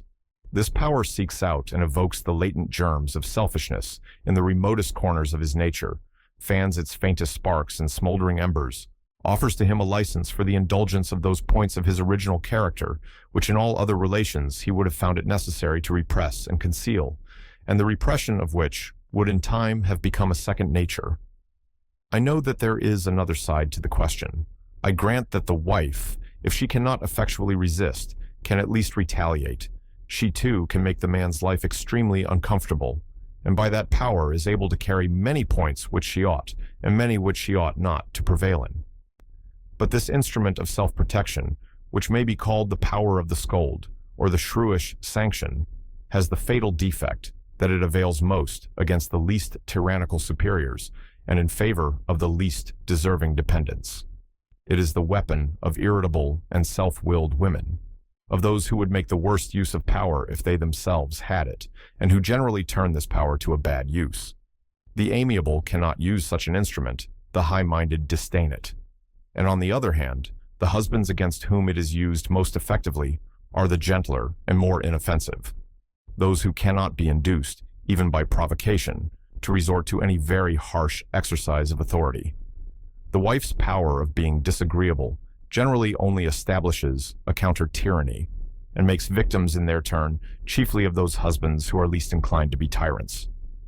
What is it, then, which really tempers the corrupting effects of the power and makes it compatible with such amount of good as we actually see? Mere feminine blandishments, though of great effect in individual instances, have very little effect in modifying the general tendencies of the situation, for their power only lasts while the woman is young and attractive, often only while her charm is new and not dimmed by familiarity, and on many men they have not much influence at any time. The real mitigating causes are the personal affection, which is the growth of time, insofar as the man's nature is susceptible of it, and the woman's character sufficiently congenial with his to excite it, their common interests as regards the children, and their general community of interest as concerns third persons, to which, however, there are very great limitations. The real importance of the wife to his daily comforts and enjoyments, and the value he consequently attaches to her on his personal account, which, in a man capable of feeling for others, lays the foundation of caring for her on her own. And lastly, the influence naturally acquired over almost all human beings by those near to their persons, if not actually disagreeable to them, who, both by their direct entreaties and by the insensible contagion of their feelings and dispositions, are often able, unless counteracted by some equally strong personal influence, to obtain a degree of command over the conduct of the superior altogether excessive and unreasonable. Through these various means, the wife frequently exercises even too much power over the man. She is able to affect his conduct in things in which she may not be qualified to influence it for good, in which her influence may be not only unenlightened, but employed on the morally wrong side, and in which he would act better if left to his own prompting. But neither in the affairs of families nor in those of states is power a compensation for the loss of freedom. Her power often gives her what she has no right to, but does not enable her to assert her own rights. A sultan's favorite slave has slaves under her over whom she tyrannizes, but the desirable thing would be that she should neither have slaves nor be a slave. By entirely sinking her own existence in her husband, by having no will or persuading him that she has no will, but his, in anything which regards their joint relation, and by making it the business of her life to work upon his sentiments, a wife may gratify herself by influencing and very probably perverting his conduct in those of his external relations which she has never qualified herself to judge of, or in which she is herself wholly influenced by some personal or other partiality or prejudice. Accordingly, as things now are, those who act most kindly to their wives are quite as often made worse as better by the wife's influence in respect to all interests extending beyond the family. She is taught that she has no business with things out of that sphere, and accordingly, she seldom has any honest and conscientious opinion on them, and therefore hardly ever meddles with them for any legitimate purpose, but generally for an interested one. She neither knows nor cares which is the right side in politics, but she knows what will bring in money or invitations, give her husband a title, her son a place, or her daughter a good marriage. But how, it will be asked, can any society exist without government? In a family, as in a state, some one person must be the ultimate ruler. Who shall decide when married people differ in opinion? Both cannot have their way, yet a decision one way or the other must be come to. It is not true that in all voluntary association between two people, one of them must be absolute master, still less that the law must determine which of them it shall be. The most frequent case of voluntary association next to marriage is partnership in business, and it is not found or thought necessary to enact that, in every partnership, one partner shall have entire control over the concern, and the others shall be bound to obey his orders. No one would enter into partnership on terms which would subject him to the responsibilities of a principal, with only the powers and privileges of a clerk or agent. If the law dealt with other contracts, as it does with marriage, it would ordain that one partner should administer the common business as if it was his private concern, that the others should have only delegated powers, and that this one should be designated by some general presumption of law, for example, as being the eldest. The law never does this, nor does experience show it to be necessary that any theoretical inequality of power should exist between the partners, or that the partnership should have any other conditions than what they may themselves appoint by their articles of agreement. Yet it might seem that the exclusive power might be conceded with less danger to the rights and interests of the inferior in the case of partnership than in that of marriage, since he is free to cancel the power by withdrawing from the connection. The wife has no such power, and even if she had, it is almost always desirable that she should try all measures before resorting to it. It is quite true that things which have to be decided every day and cannot adjust themselves gradually or wait for a compromise ought to depend on one will. One person must have their sole control, but it does not follow that this should always be the same person. The natural arrangement is a division of powers between the two, each being absolute in the executive branch of their own department, and any change of system and principle requiring the consent of both. The division neither can nor should be pre-established by the law, since it must depend on individual capacities and suitabilities. If the two persons chose, they might pre-appoint it by the marriage contract, as pecuniary arrangements are now often pre-appointed. There would seldom be any difficulty in deciding such things by mutual consent, unless the marriage was one of those unhappy ones in which all other things, as well as this, become subjects of bickering and dispute. The division of rights would naturally follow the division of duties and functions, and that is already made by consent, or, at all events, not by law, but by general custom, modified and modifiable at the pleasure of the persons concerned. The real practical decision of affairs, to whichever may be given the legal authority, will greatly depend, as it even now does, upon comparative qualifications. The mere fact that he is usually the eldest will in most cases give the preponderance to the man, at least until they both attain a time of life at which the difference in their years is of no importance. There will naturally also be a more potential voice on the side, whichever it is, that brings the means of support. Inequality from this source does not depend on the law of marriage, but on the general conditions of human society, as now constituted. The influence of mental superiority, either general or special, and of superior decision of character, will necessarily tell for much. It always does so at present. And this fact shows how little foundation there is for the apprehension that the powers and responsibilities of partners in life, as of partners in business, cannot be satisfactorily apportioned by agreement between themselves. They always are so apportioned, except in cases in which the marriage institution is a failure. Things never come to an issue of downright power on one side and obedience on the other, except where the connection altogether has been a mistake, and it would be a blessing to both parties to be relieved from it. Some may say that the very thing by which an amicable settlement of differences becomes possible is the power of legal compulsion known to be in reserve, as people submit to an arbitration because there is a court of law in the background which they know that they can be forced to obey. But to make the cases parallel, we must suppose that the rule of the court of law was not to try the cause, but to give judgment always for the same side, suppose the defendant. If so, the amenability to it would be a motive with the plaintiff to agree to almost any arbitration, but it would be just the reverse with the defendant. The despotic power which the law gives to the husband may be a reason to make the wife assent to any compromise by which power is practically shared between the two, but it cannot be the reason why the husband does. That there is always among decently conducted people a practical compromise, though one of them at least is under no physical or moral necessity of making it, shows that the natural motives which lead to a voluntary adjustment of the united life of two persons in a manner acceptable to both do on the whole, except in unfavorable cases, prevail. The matter is certainly not improved by laying down as an ordinance of law that the superstructure of free government shall be raised upon a legal basis of despotism on one side and subjection on the other, and that every concession which the despot makes may, at his mere pleasure and without any warning, be recalled. Besides that no freedom is worth much when held on so precarious a tenure, its conditions are not likely to be the most equitable when the law throws so prodigious a weight into one scale. When the adjustment rests between two persons, one of whom is declared to be entitled to everything, the other not only entitled to nothing, except during the good pleasure of the first, but under the strongest moral and religious obligation not to rebel under any excess of oppression. A pertinacious adversary, pushed to extremities, may say that husbands indeed are willing to be reasonable and to make fair concessions to their partners without being compelled to it, but that wives are not. That if allowed any rights of their own, they will acknowledge no rights at all in anyone else, and never will yield in anything, unless they can be compelled, by the man's mere authority, to yield in everything.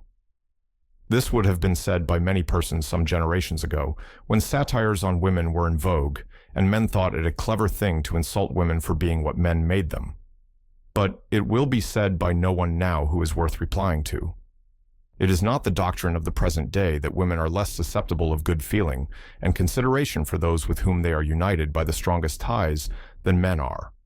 On the contrary, we are perpetually told that women are better than men by those who are totally opposed to treating them as if they were as good, so that the saying has passed into a piece of tiresome cant, intended to put a complimentary face upon an injury, and resembling those celebrations of royal clemency which, according to Gulliver, the king of Lilliput, always prefixed to his most sanguinary decrees. If women are better than men in anything, it surely is in individual self-sacrifice for those of their own family. But I lay little stress on this, so long as they are universally taught that they are born and created for self-sacrifice. I believe that equality of rights would abate the exaggerated self-abnegation, which is the present artificial ideal of feminine character, and that a good woman would not be more self-sacrificing than the best man. But on the other hand, men would be much more unselfish and self-sacrificing than at present, because they would no longer be taught to worship their own will as such a grand thing that it is actually the law for another rational being. There is nothing which men so easily learn as this self-worship. All privileged persons and all privileged classes have had it. The more we descend in the scale of humanity, the intenser it is, and most of all in those who are not, and can never expect to be, raised above anyone except an unfortunate wife and children. The honorable exceptions are proportionally fewer than in the case of almost any other human infirmity. Philosophy and religion, instead of keeping it in check, are generally suborned to defend it, and nothing controls it but that practical feeling of the equality of human beings, which is the theory of Christianity, but which Christianity will never practically teach, while it sanctions institutions grounded on an arbitrary preference of one human being over another. There are, no doubt, women, as there are men, whom equality of consideration will not satisfy, with whom there is no peace, while any will or wish is regarded but their own. Such persons are a proper subject for the law of divorce. They are only fit to live alone, and no human beings ought to be compelled to associate their lives with them. But the legal subordination tends to make such characters among women more, rather than less, frequent. If the man exerts his whole power, the woman is of course crushed. But if she is treated with indulgence and permitted to assume power, there is no rule to set limits to her encroachments. The law, not determining her rights, but theoretically allowing her none at all, practically declares that the measure of what she has a right to is what she can contrive to get. The equality of married persons before the law is not only the sole mode in which that particular relation can be made consistent with justice to both sides and conducive to the happiness of both, but it is the only means of rendering the daily life of mankind, in any high sense, a school of moral cultivation. Though the truth may not be felt or generally acknowledged for generations to come, the only school of genuine moral sentiment is society between equals. The moral education of mankind has hitherto emanated chiefly from the law of force, and is adapted almost solely to the relations which force creates. In the less advanced states of society, people hardly recognize any relation with their equals. To be an equal is to be an enemy.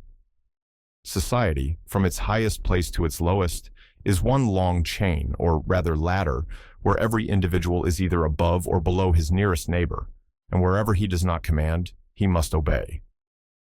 Existing moralities, accordingly, are mainly fitted to a relation of command and obedience. Yet command and obedience are but unfortunate necessities of human life. Society inequality is its normal state. Already in modern life, and more as it progressively improves, command and obedience become exceptional facts in life, equal association its general rule. The morality of the first ages rested on the obligation to submit to power, that of the ages next following on the right of the weak to the forbearance and protection of the strong. How much longer is one form of society and life to content itself with the morality made for another? We have had the morality of submission and the morality of chivalry and generosity. The time is now come for the morality of justice.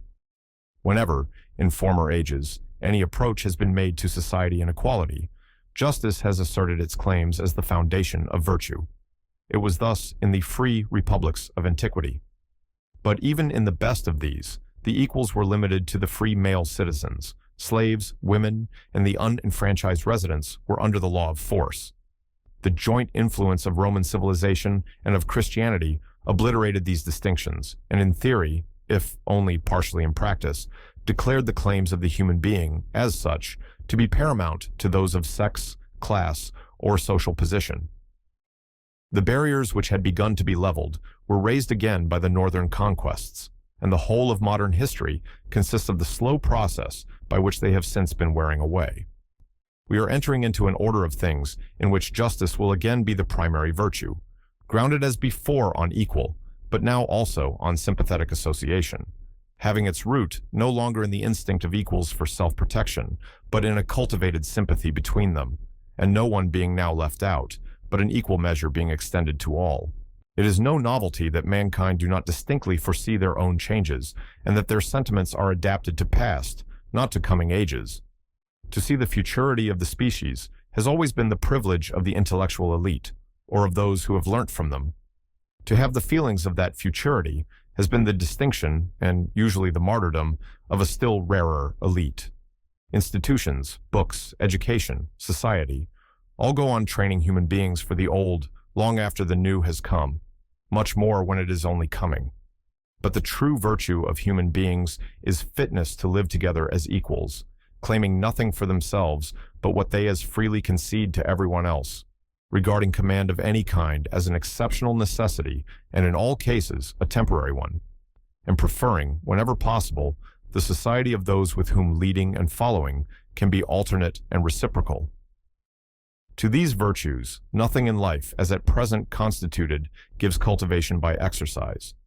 The family is a school of despotism, in which the virtues of despotism, but also its vices, are largely nourished. Citizenship in free countries is partly a school of society and equality, but citizenship fills only a small place in modern life and does not come near the daily habits or inmost sentiments. The family, justly constituted, would be the real school of the virtues of freedom. It is sure to be a sufficient one of everything else. It will always be a school of obedience for the children, of command for the parents. What is needed is that it should be a school of sympathy and equality, of living together in love, without power on one side or obedience on the other. This it ought to be between the parents. It would then be an exercise of those virtues which each requires to fit them for all other association, and a model to the children of the feelings and conduct which their temporary training by means of obedience is designed to render habitual and therefore natural to them. The moral training of mankind will never be adapted to the conditions of the life for which all other human progress is a preparation, until they practice in the family the same moral rule which is adapted to the normal constitution of human society. Any sentiment of freedom which can exist in a man whose nearest and dearest intimacies are with those of whom he is absolute master is not the genuine or Christian love of freedom, but what the love of freedom generally was in the ancients and in the Middle Ages, an intense feeling of the dignity and importance of his own personality, making him disdain a yoke for himself, of which he has no abhorrence whatever in the abstract, but which he is abundantly ready to impose on others for his own interest or glorification. I readily admit, and it is the very foundation of my hopes, that numbers of married people even under the present law, in the higher classes of England, probably a great majority, live in the spirit of a just law of equality. Laws never would be improved if there were not numerous persons whose moral sentiments are better than the existing laws. Such persons ought to support the principles here advocated, of which the only object is to make all other married couples similar to what these are now. But persons even of considerable moral worth, unless they are also thinkers, are very ready to believe that laws or practices, the evils of which they have not personally experienced, do not produce any evils, but, if seeming to be generally approved of, probably do good, and that it is wrong to object to them. It would, however, be a great mistake in such married people to suppose, because the legal conditions of the tie which unites them do not occur to their thoughts once in a 12-month, and because they live and feel in all respects as if they were legally equals, that the same is the case with all other married couples, wherever the husband is not a notorious ruffian. To suppose this would be to show equal ignorance of human nature and of fact. The less fit a man is for the possession of power, the less likely to be allowed to exercise it over any person with that person's voluntary consent. The more does he hug himself in the consciousness of the power the law gives him, exact its legal rights to the utmost point, which custom, the custom of men like himself, will tolerate and take pleasure in using the power merely to enliven the agreeable sense of possessing it. What is more, in the most naturally brutal and morally uneducated part of the lower classes, the legal slavery of the woman and something in the merely physical subjection to their will as an instrument causes them to feel a sort of disrespect and contempt towards their own wife, which they do not feel towards any other woman or any other human being with whom they come in contact, and which makes her seem to them an appropriate subject for any kind of indignity. Let an acute observer of the signs of feeling, who has the requisite opportunities, judge for himself whether this is not the case. And if he finds that it is, let him not wonder at any amount of disgust and indignation that can be felt against institutions which lead naturally to this depraved state of the human mind. We shall be told, perhaps, that religion imposes the duty of obedience, as every established fact which is too bad to admit of any other defense is always presented to us as an injunction of religion. The Church, it is very true, enjoins it in her formularies, but it would be difficult to derive any such injunction from Christianity. We are told that Paul said, "Wives, obey your husbands," but he also said, "Slaves, obey your masters." It was not Paul's business, nor was it consistent with his object, the propagation of Christianity, to incite anyone to rebellion against existing laws. The apostle's acceptance of all social institutions as he found them is no more to be construed as a disapproval of attempts to improve them at the proper time than his declaration, "The powers that be are ordained of God," gives his sanction to military despotism, and to that alone, as the Christian form of political government, or commands passive obedience to it. To pretend that Christianity was intended to stereotype existing forms of government and society and protect them against change is to reduce it to the level of Islamism or of Brahmanism. It is precisely because Christianity has not done this that it has been the religion of the progressive portion of mankind, and Islamism, Brahmanism, have been those of the stationary portions, or rather, for there is no such thing as a really stationary society, of the declining portions.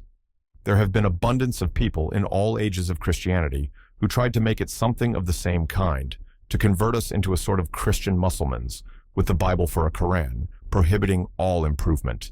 And great has been their power, and many have had to sacrifice their lives in resisting them. But they have been resisted, and the resistance has made us what we are, and will yet make us what we are to be. After what has been said respecting the obligation of obedience, it is almost superfluous to say anything concerning the more special point included in the general one, a woman's right to her own property, for I need not hope that this treatise can make any impression upon those who need anything to convince them that a woman's inheritance or gains ought to be as much her own after marriage as before. The rule is simple. Whatever would be the husband's or wife's if they were not married should be under their exclusive control during marriage, which need not interfere with the power to tie up property by settlement in order to preserve it for children. Some people are sentimentally shocked at the idea of a separate interest in money matters, as inconsistent with the ideal fusion of two lives into one. For my own part, I am one of the strongest supporters of community of goods, when resulting from an entire unity of feeling in the owners, which makes all things common between them. But I have no relish for a community of goods resting on the doctrine that what is mine is yours, but what is yours is not mine. And I should prefer to decline entering into such a compact with anyone, though I were myself the person to profit by it. This particular injustice and oppression to women, which is, to common apprehensions, more obvious than all the rest, admits of remedy without interfering with any other mischiefs, and there can be little doubt that it will be one of the earliest remedied. Already, in many of the new and several of the old states of the American Confederation, provisions have been inserted, even in the written constitutions, securing to women equality of rights in this respect, and thereby improving materially the position, in the marriage relation, of those women at least who have property, by leaving them one instrument of power which they have not signed away, and preventing also the scandalous abuse of the marriage institution, which is perpetrated when a man entraps a girl into marrying him without a settlement for the sole purpose of getting possession of her money. When the support of the family depends, not on property, but on earnings, the common arrangement by which the man earns the income and the wife superintends the domestic expenditure seems to me in general the most suitable division of labor between the two persons.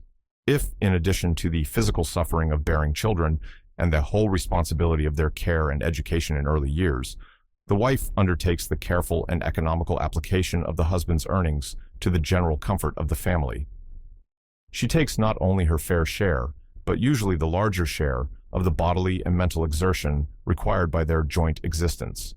If she undertakes any additional portion, it seldom relieves her from this, but only prevents her from performing it properly. The care which she is herself disabled from taking of the children and the household, nobody else takes. Those of the children who do not die grow up as they best can, and the management of the household is likely to be so bad as even in point of economy to be a great drawback from the value of the wife's earnings. In an otherwise just state of things, it is not, therefore, I think, a desirable custom that the wife should contribute by her labor to the income of the family. In an unjust state of things, her doing so may be useful to her by making her of more value in the eyes of the man who is legally her master. But, on the other hand, it enables him still farther to abuse his power by forcing her to work and leaving the support of the family to her exertions, while he spends most of his time in drinking and idleness. The power of earning is essential to the dignity of a woman if she has not independent property. But if marriage were an equal contract, not implying the obligation of obedience, if the connection were no longer enforced to the oppression of those to whom it is purely a mischief, but a separation, on just terms, I do not now speak of a divorce, could be obtained by any woman who was morally entitled to it, and if she would then find all honorable employments as freely open to her as to men, it would not be necessary for her protection that during marriage she should make this particular use of her faculties. Like a man when he chooses a profession, so when a woman marries, it may in general be understood that she makes choice of the management of a household and the bringing up of a family as the first call upon her exertions during as many years of her life as may be required for the purpose, and that she renounces, not all other objects and occupations, but all which are not consistent with the requirements of this. The actual exercise in a habitual or systematic manner of outdoor occupations, or such as cannot be carried on at home, would by this principle be practically interdicted to the greater number of married women. But the utmost latitude ought to exist for the adaptation of general rules to individual suitabilities, and there ought to be nothing to prevent faculties exceptionally adapted to any other pursuit from obeying their vocation notwithstanding marriage, due provision being made for supplying otherwise any falling short, which might become inevitable, in her full performance of the ordinary functions of mistress of a family. These things, if once opinion were rightly directed on the subject, might with perfect safety be left to be regulated by opinion, without any interference of law. On the other point, which is involved in the just equality of women, their admissibility to all the functions and occupations hitherto retained as the monopoly of the stronger sex, I should anticipate no difficulty in convincing anyone who has gone with me on the subject of the equality of women in the family. I believe that their disabilities elsewhere are only clung to in order to maintain their subordination in domestic life, because the generality of the male sex cannot yet tolerate the idea of living with an equal. Were it not for that, I think that almost everyone, in the existing state of opinion in politics and political economy, would admit the injustice of excluding half the human race from the greater number of lucrative occupations and from almost all high social functions, ordaining from their birth either that they are not and cannot by any possibility become fit for employments which are legally open to the stupidest and basest of the other sex, or else that, however fit they may be, those employments shall be interdicted to them in order to be preserved for the exclusive benefit of males. In the last 2 centuries, when, which was seldom the case. Any reason beyond the mere existence of the fact was thought to be required to justify the disabilities of women. People seldom assigned as a reason their inferior mental capacity, which, in times when there was a real trial of personal faculties, from which all women were not excluded in the struggles of public life, no one really believed in. The reason given in those days was not women's unfitness, but the interest of society, by which was meant the interest of men. Just as the raison d'etat, meaning the convenience of the government and the support of existing authority, was deemed a sufficient explanation and excuse for the most flagitious crimes. In the present day, power holds a smoother language, and whomsoever it oppresses always pretends to do so for their own good. Accordingly, when anything is forbidden to women, it is thought necessary to say and desirable to believe that they are incapable of doing it, and that they depart from their real path of success and happiness when they aspire to it. But to make this reason plausible, I do not say valid, those by whom it is urged must be prepared to carry it to a much greater length than anyone ventures to do in the face of present experience. It is not sufficient to maintain that women on the average are less gifted than men on the average, with certain of the higher mental faculties, or that a smaller number of women than of men are fit for occupations and functions of the highest intellectual character. It is necessary to maintain that no women at all are fit for them, and that the most eminent women are inferior in mental faculties to the most mediocre of the men on whom those functions at present devolve. For if the performance of the function is decided either by competition or by any mode of choice which secures regard to the public interest, there needs be no apprehension that any important employments will fall into the hands of women inferior to average men, or to the average of their male competitors. The only result would be that there would be fewer women than men in such employments, a result certain to happen in any case, if only from the preference always likely to be felt by the majority of women for the one vocation in which there is nobody to compete with them. Now, the most determined depreciator of women will not venture to deny that when we add the experience of recent times to that of ages past, women, and not a few merely, but many women, have proved themselves capable of everything, perhaps without a single exception, which is done by men, and of doing it successfully and creditably. The utmost that can be said is that there are many things which none of them have succeeded in doing, as well as they have been done by some men, many in which they have not reached the very highest rank. But there are extremely few, dependent only on mental faculties, in which they have not attained the rank next to the highest. Is not this enough, and much more than enough, to make it a tyranny to them and a detriment to society, that they should not be allowed to compete with men for the exercise of these functions? Is it not a mere truism to say that such functions are often filled by men far less fit for them than numbers of women, and who would be beaten by women in any fair field of competition? What difference does it make that there may be men somewhere, fully employed about other things, who may be still better qualified for the things in question than these women? Does not this take place in all competitions? Is there so great a superfluity of men fit for high duties that society can afford to reject the service of any competent person? Are we so certain of always finding a man made to our hands for any duty or function of social importance which falls vacant, that we lose nothing by putting a ban upon one half of mankind and refusing beforehand to make their faculties available, however distinguished they may be? And even if we could do without them, would it be consistent with justice to refuse to them their fair share of honor and distinction, or to deny to them the equal moral right of all human beings to choose their occupation, short of injury to others, according to their own preferences, at their own risk? Nor is the injustice confined to them. It is shared by those who are in a position to benefit by their services. To ordain that any kind of persons shall not be physicians, or shall not be advocates, or shall not be members of Parliament, is to injure not them only, but all who employ physicians or advocates, or elect members of Parliament, and who are deprived of the stimulating effect of greater competition on the exertions of the competitors, as well as restricted to a narrower range of individual choice.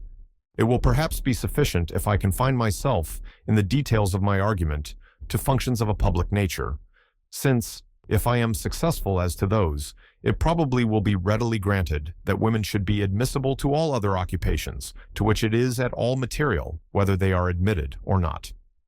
And here let me begin by marking out one function, broadly distinguished from all others, their right to which is entirely independent of any question which can be raised concerning their faculties. I mean the suffrage, both parliamentary and municipal. The right to share in the choice of those who are to exercise a public trust is altogether a distinct thing from that of competing for the trust itself. If no one could vote for a member of parliament who was not fit to be a candidate, the government would be a narrow oligarchy indeed. To have a voice in choosing those by whom one is to be governed is a means of self-protection due to everyone, though he were to remain forever excluded from the function of governing, and that women are considered fit to have such a choice may be presumed from the fact that the law already gives it to women in the most important of all cases to themselves, for the choice of the man who is to govern a woman to the end of life is always supposed to be voluntarily made by herself. In the case of election to public trusts, it is the business of constitutional law to surround the right of suffrage with all needful securities and limitations. But whatever securities are sufficient in the case of the male sex, no others need be required in the case of women. Under whatever conditions, and within whatever limits, men are admitted to the suffrage, there is not a shadow of justification for not admitting women under the same. The majority of the women of any class are not likely to differ in political opinion from the majority of the men of the same class, unless the question be one in which the interests of women, as such, are in some way involved. And if they are so, women require the suffrage as their guarantee of just and equal consideration. This ought to be obvious even to those who coincide in no other of the doctrines for which I contend. Even if every woman were a wife, and if every wife ought to be a slave, all the more would these slaves stand in need of legal protection. And we know what legal protection the slaves have, where the laws are made by their masters. With regard to the fitness of women, not only to participate in elections, but themselves to hold offices or practice professions involving important public responsibilities. I have already observed that this consideration is not essential to the practical question in dispute, since any woman who succeeds in an open profession proves by that very fact that she is qualified for it.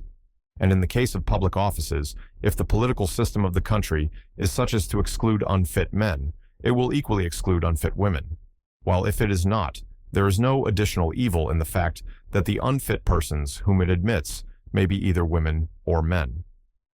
As long, therefore, as it is acknowledged that even a few women may be fit for these duties, the laws which shut the door on those exceptions cannot be justified by any opinion which can be held respecting the capacities of women in general. But, though this last consideration is not essential, it is far from being irrelevant. An unprejudiced view of it gives additional strength to the arguments against the disabilities of women and reinforces them by high considerations of practical utility. Let us at first make entire abstraction of all psychological considerations tending to show that any of the mental differences supposed to exist between women and men are but the natural effect of the differences in their education and circumstances, and indicate no radical difference, far less radical inferiority, of nature. Let us consider women only as they already are, or as they are known to have been, and the capacities which they have already practically shown, what they have done, that at least if nothing else, it is proved that they can do, when we consider how sedulously they are all trained away from, instead of being trained towards, any of the occupations or objects reserved for men. It is evident that I am taking a very humble ground for them when I rest their case on what they have actually achieved. For in this case, negative evidence is worth little, while any positive evidence is conclusive. It cannot be inferred to be impossible that a woman should be a Homer or an Aristotle or a Michelangelo or a Beethoven, because no woman has yet actually produced works comparable to theirs in any of those lines of excellence. This negative fact at most leaves the question uncertain and open to psychological discussion. But it is quite certain that a woman can be a Queen Elizabeth or a Deborah or a Joan of Arc, since this is not inference, but fact. Now it is a curious consideration that the only things which the existing law excludes women from doing are the things which they have proved that they are able to do. There is no law to prevent a woman from having written all the plays of Shakespeare or composed all the operas of Mozart. But Queen Elizabeth or Queen Victoria, had they not inherited the throne, could not have been entrusted with the smallest of the political duties, of which the former showed herself equal to the greatest. If anything conclusive could be inferred from experience without psychological analysis, it would be that the things which women are not allowed to do are the very ones for which they are peculiarly qualified, since their vocation for government has made its way and become conspicuous through the very few opportunities which have been given, while in the lines of distinction, which apparently were freely open to them, they have by no means so eminently distinguished themselves. We know how small a number of reigning queens history presents, in comparison with that of kings. Of this smaller number, a far larger proportion have shown talents for rule. Though many of them have occupied the throne in difficult periods, it is remarkable, too, that they have, in a great number of instances, been distinguished by merits the most opposite to the imaginary and conventional character of women. They have been as much remarked for the firmness and vigor of their rule as for its intelligence. When, to queens and empresses, we add regents and viceroys of provinces, the list of women who have been eminent rulers of mankind swells to a great length. Point 2. This fact is so undeniable that someone, long ago, tried to retort the argument and turned the admitted truth into an additional insult by saying that queens are better than kings because under kings women govern, but under queens men. It may seem a waste of reasoning to argue against a bad joke, but such things do affect people's minds, and I have heard men quote this saying with an air as if they thought that there was something in it. At any rate, it will serve as well as anything else for a starting point in discussion. I say then that it is not true that under kings, women govern. Such cases are entirely exceptional, and weak kings have quite as often governed ill through the influence of male favorites as of female. When a king is governed by a woman merely through his amatory propensities, good government is not probable, though even then there are exceptions. But French history counts 2 kings who have voluntarily given the direction of affairs during many years, the one to his mother, the other to his sister. One of them, Charles VIII, was a mere boy, but in doing so, he followed the intentions of his father Louis XI, the ablest monarch of his age. The other, St. Louis, was the best, and one of the most vigorous rulers since the time of Charlemagne. Both these princesses ruled in a manner hardly equaled by any prince among their contemporaries. The Emperor Charles V, the most politic prince of his time, who had as great a number of able men in his service as a ruler ever had, and was one of the least likely of all sovereigns to sacrifice his interest to personal feelings, made 2 princesses of his family successively governors of the Netherlands and kept one or other of them in that post during his whole life. They were afterwards succeeded by a third. Both ruled very successfully, and one of them, Margaret of Austria, was one of the ablest politicians of the age. So much for one side of the question. Now, as to the other. When it is said that under queens men govern, is the same meaning to be understood as when kings are said to be governed by women? Is it meant that queens choose as their instruments of government, the associates of their personal pleasures? The case is rare even with those who are as unscrupulous on the latter point as Catherine II, and it is not in these cases that the good government, alleged to arise from male influence, is to be found. If it be true, then, that the administration is in the hands of better men under a queen than under an average king, it must be that queens have a superior capacity for choosing them, and women must be better qualified than men both for the position of sovereign and for that of chief minister. For the principal business of a prime minister is not to govern in person, but to find the fittest persons to conduct every department of public affairs. The more rapid insight into character, which is one of the admitted points of superiority in women over men, must certainly make them, with anything like parity of qualifications in other respects, more apt than men in that choice of instruments, which is nearly the most important business of everyone who has to do with governing mankind. Even the unprincipled Catherine de' Medici could feel the value of a Chancellor de l'Hôpital. But it is also true that most great queens have been great by their own talents for government, and have been well served precisely for that reason. They retain the supreme direction of affairs in their own hands, and if they listened to good advisers, they gave by that fact the strongest proof that their judgment fitted them for dealing with the great questions of government. Is it reasonable to think that those who are fit for the greater functions of politics are incapable of qualifying themselves for the less? Is there any reason in the nature of things that the wives and sisters of princes should, whenever called on, be found as competent as the princes themselves to their business, but that the wives and sisters of statesmen and administrators and directors of companies and managers of public institutions should be unable to do what is done by their brothers and husbands? The real reason is plain enough. It is that princesses, being more raised above the generality of men by their rank than placed below them by their sex, have never been taught that it was improper for them to concern themselves with politics, but have been allowed to feel the liberal interest, natural to any cultivated human being, in the great transactions which took place around them, and in which they might be called on to take a part. The ladies of reigning families are the only women who are allowed the same range of interests and freedom of development as men, and it is precisely in their case that there is not found to be any inferiority.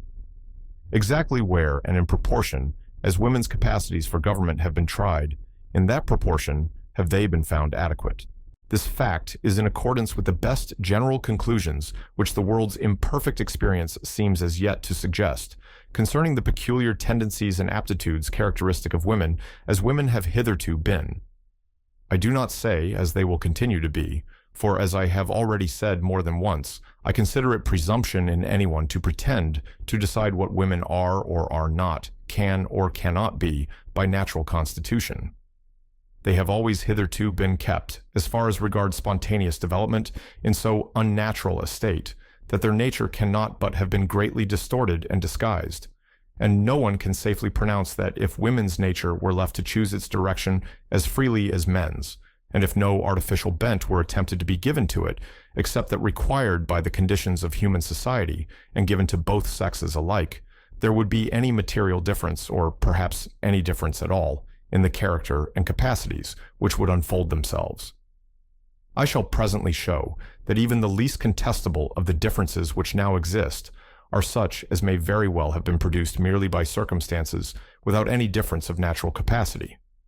But, looking at women as they are known in experience, it may be said of them, with more truth than belongs to most other generalizations on the subject, that the general bent of their talents is towards the practical.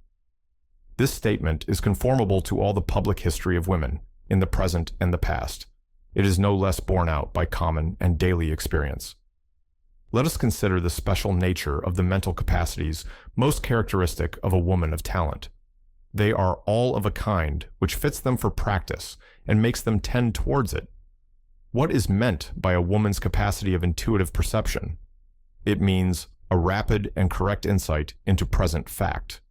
It has nothing to do with general principles. Nobody ever perceived a scientific law of nature by intuition, nor arrived at a general rule of duty or prudence by it. These are results of slow and careful collection and comparison of experience, and neither the men nor the women of intuition usually shine in this department, unless indeed the experience necessary is such as they can acquire by themselves. For what is called their intuitive sagacity makes them peculiarly apt in gathering such general truths as can be collected from their individual means of observation. When, consequently, they chance to be as well provided as men are with the results of other people's experience, by reading and education, I use the word chance advisedly, for, in respect to the knowledge that tends to fit them for the greater concerns of life, the only educated women are the self-educated. They are better furnished than men in general with the essential requisites of skillful and successful practice. Men who have been much taught are apt to be deficient in the sense of present fact. They do not see, in the facts which they are called upon to deal with, what is really there, but what they have been taught to expect. This is seldom the case with women of any ability. Their capacity of intuition preserves them from it. With equality of experience and of general faculties, a woman usually sees much more than a man of what is immediately before her. Now, this sensibility to the present is the main quality on which the capacity for practice, as distinguished from theory, depends. To discover general principles belongs to this speculative faculty. To discern and discriminate the particular cases in which they are and are not applicable constitutes practical talent, and for this, women as they now are, have a peculiar aptitude. I admit that there can be no good practice without principles, and that the predominant place which quickness of observation holds among a woman's faculties makes her particularly apt to build over-hasty generalizations upon her own observation, though at the same time no less ready in rectifying those generalizations as her observation takes a wider range. But the corrective to this defect is access to the experience of the human race, general knowledge, exactly the thing which education can best supply. A woman's mistakes are specifically those of a clever, self-educated man who often sees what men trained in routine do not see, but falls into errors for want of knowing things which have long been known. Of course, he has acquired much of the pre-existing knowledge, or he could not have got on at all. But what he knows of it, he has picked up in fragments and at random, as women do. But this gravitation of women's minds to the present, to the real, to actual fact, while in its exclusiveness it is a source of errors, is also a most useful counteractive of the contrary error. The principal and most characteristic aberration of speculative minds, as such, consists precisely in the deficiency of this lively perception and ever-present sense of objective fact.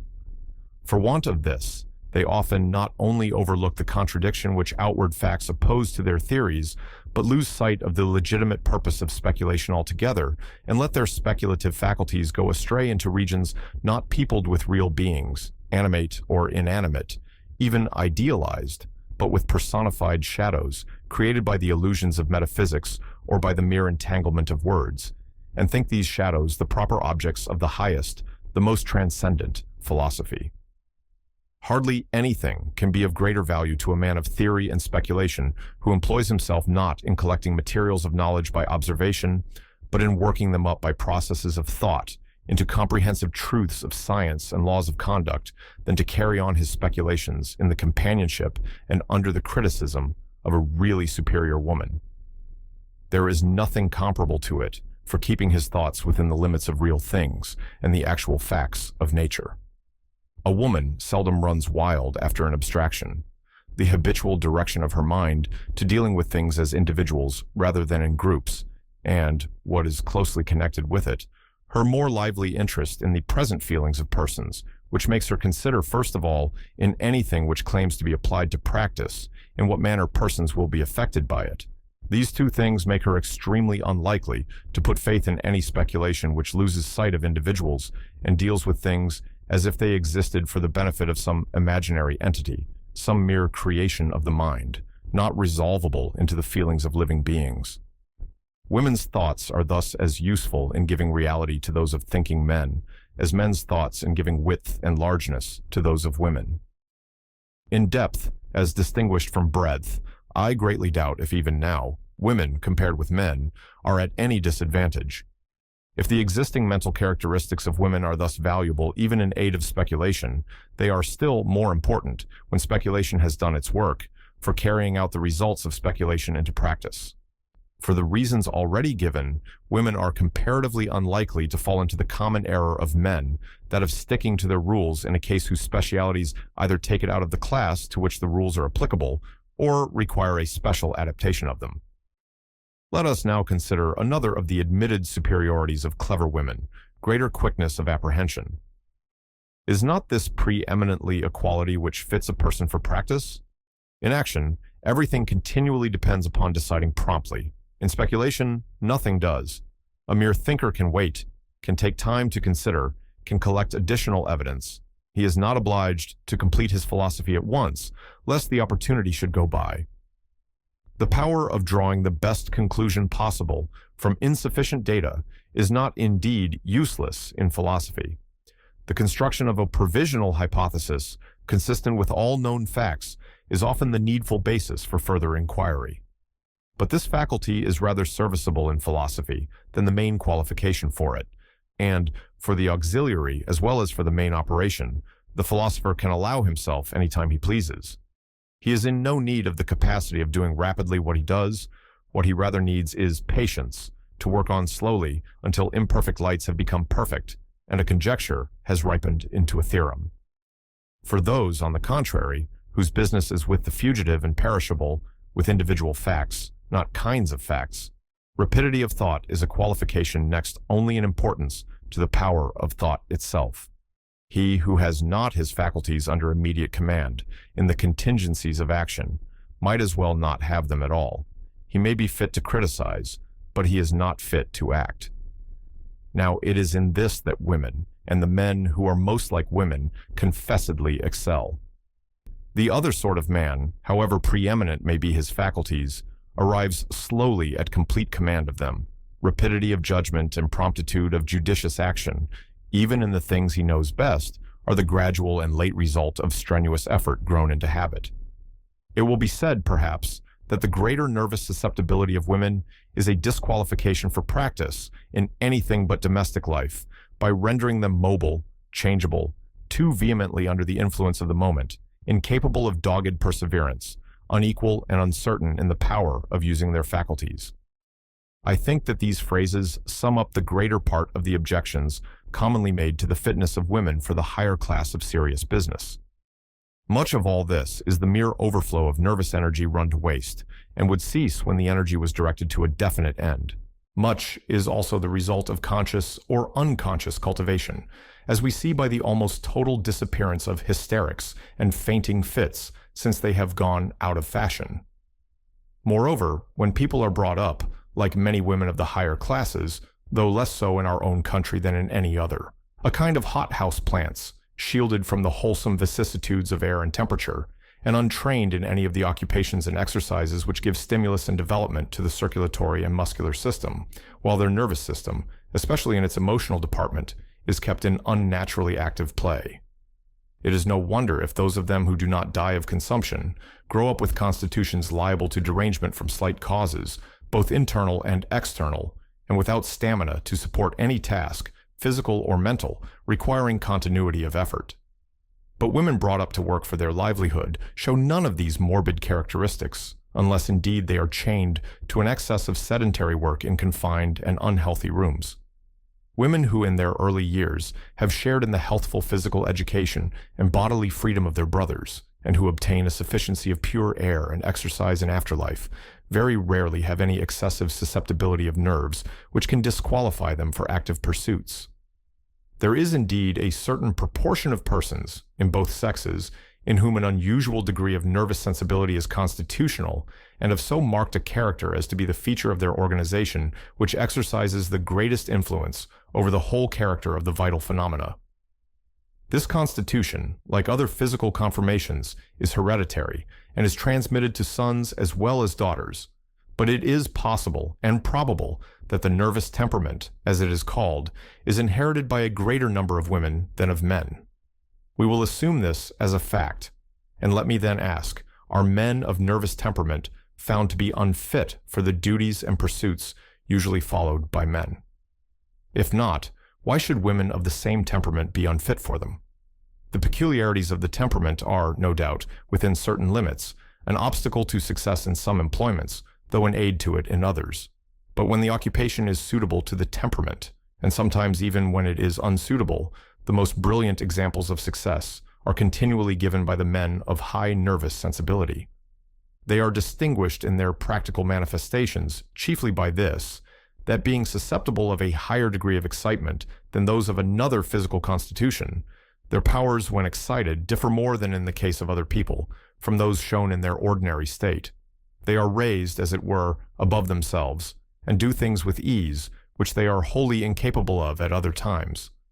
But this lofty excitement is not, except in weak bodily constitutions, a mere flash, which passes away immediately, leaving no permanent traces, and incompatible with persistent and steady pursuit of an object. It is the character of the nervous temperament to be capable of sustained excitement, holding out through long continued efforts. It is what is meant by spirit. It is what makes the high-bred racehorse run without slackening speed till he drops down dead. It is what has enabled so many delicate women to maintain the most sublime constancy, not only at the stake, but through a long preliminary succession of mental and bodily tortures. It is evident that people of this temperament are particularly apt for what may be called the executive department of the leadership of mankind. They are the material of great orators, great preachers, impressive diffusers of moral influences. Their constitution might be deemed less favorable to the qualities required from a statesman in the cabinet or from a judge. It would be so if the consequence necessarily followed that because people are excitable, they must always be in a state of excitement. But this is wholly a question of training. Strong feeling is the instrument and element of strong self-control, but it requires to be cultivated in that direction. When it is, it forms not the heroes of impulse only, but those also of self-conquest. History and experience prove that the most passionate characters are the most fanatically rigid in their feelings of duty, when their passion has been trained to act in that direction. The judge who gives a just decision in a case where his feelings are intensely interested on the other side derives from that same strength of feeling the determined sense of the obligation of justice, which enables him to achieve this victory over himself. The capability of that lofty enthusiasm which takes the human being out of his everyday character reacts upon the daily character itself. His aspirations and powers, when he is in this exceptional state, become the type with which he compares, and by which he estimates, his sentiments and proceedings at other times, and his habitual purposes assume a character molded by and assimilated to the moments of lofty excitement, although those, from the physical nature of a human being, can only be transient. Experience of races, as well as of individuals, does not show those of excitable temperament to be less fit, on the average, either for speculation or practice, than the more unexcitable. The French and the Italians are undoubtedly by nature more nervously excitable than the Teutonic races, and, compared at least with the English, they have a much greater habitual and daily emotional life. But have they been less great in science, in public business, in legal and judicial eminence, or in war? There is abundant evidence that the Greeks were of old, as their descendants and successors still are, one of the most excitable of the races of mankind. It is superfluous to ask what among the achievements of men they did not excel in. The Romans, probably, as an equally southern people, had the same original temperament, but the stern character of their national discipline, like that of the Spartans, made them an example of the opposite type of national character. The greater strength of their natural feelings being chiefly apparent in the intensity which the same original temperament made it possible to give to the artificial. If these cases exemplify what a naturally excitable people may be made, the Irish Celts afford one of the aptest examples of what they are when left to themselves. If those can be said to be left to themselves who have been for centuries under the indirect influence of bad government and the direct training of a Catholic hierarchy and of a sincere belief in the Catholic religion. The Irish character must be considered, therefore, as an unfavorable case. Yet, whenever the circumstances of the individual have been at all favorable, what people have shown greater capacity for the most varied and multifarious individual eminence? Like the French compared with the English, the Irish with the Swiss, the Greeks or Italians compared with the German races, so women compared with men may be found, on the average, to do the same things with some variety in the particular kind of excellence, but that they would do them fully as well on the whole, if their education and cultivation were adapted to correcting instead of aggravating the infirmities incident to their temperament, I see not the smallest reason to doubt. Supposing it, however, to be true that women's minds are by nature more mobile than those of men, less capable of persisting long in the same continuous effort, more fitted for dividing their faculties among many things than for traveling in any one path to the highest point which can be reached by it. This may be true of women as they now are, though not without great and numerous exceptions, and may account for their having remained behind the highest order of men in precisely the things in which this absorption of the whole mind in one set of ideas and occupations may seem to be most requisite.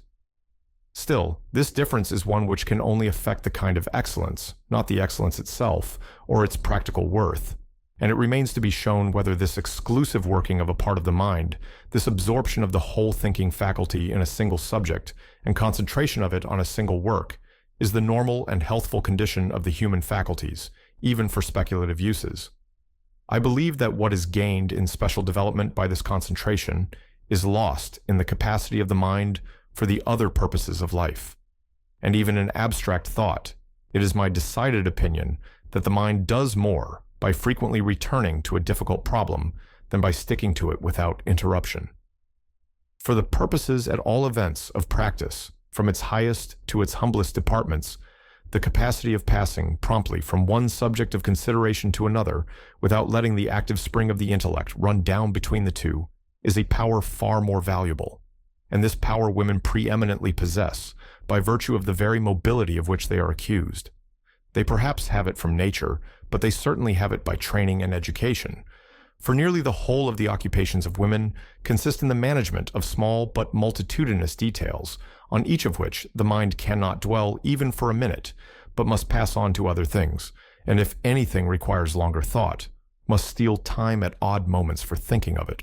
The capacity, indeed, which women show for doing their thinking in circumstances, and at times which almost any man would make an excuse to himself for not attempting it, has often been noticed, and a woman's mind, though it may be occupied only with small things, can hardly ever permit itself to be vacant, as a man's so often is when not engaged in what he chooses to consider the business of his life. The business of a woman's ordinary life is things in general, and can as little cease to go on as the world to go round. But, it is said, there is anatomical evidence of the superior mental capacity of men compared with women. They have a larger brain.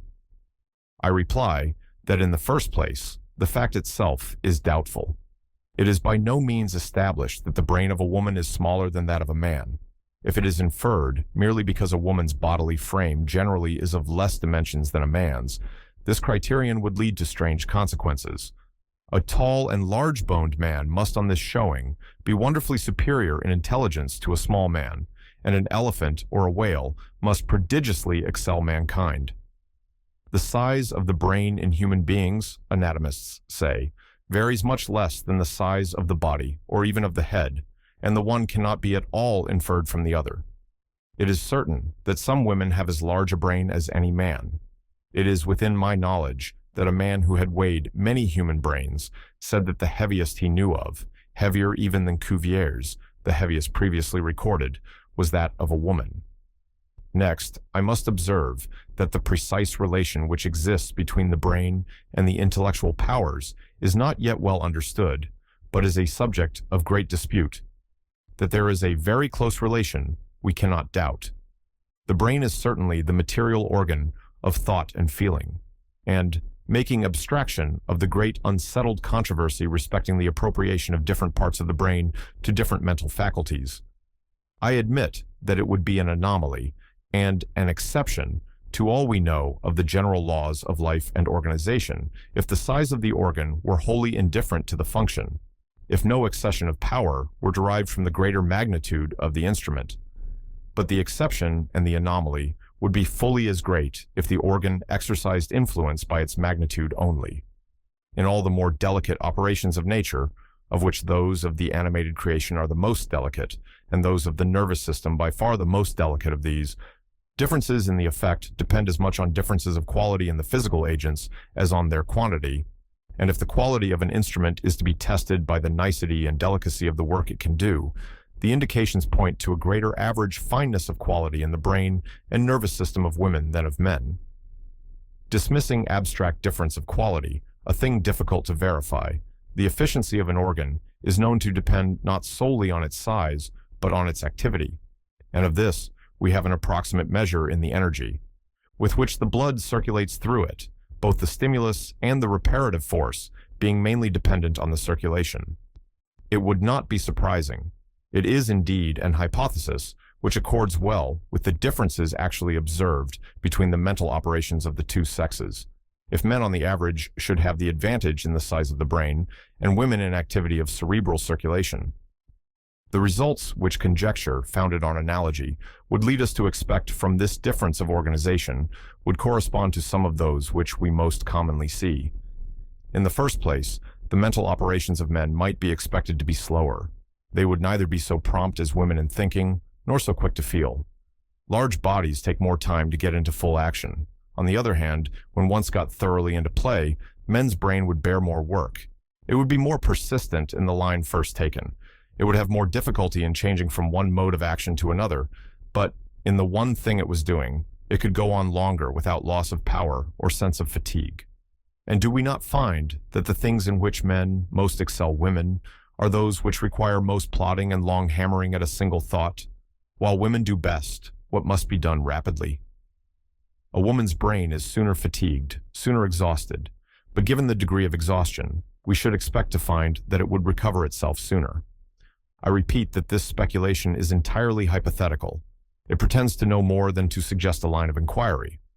I have before repudiated the notion of its being yet certainly known that there is any natural difference at all in the average strength or direction of the mental capacities of the two sexes, much less what that difference is.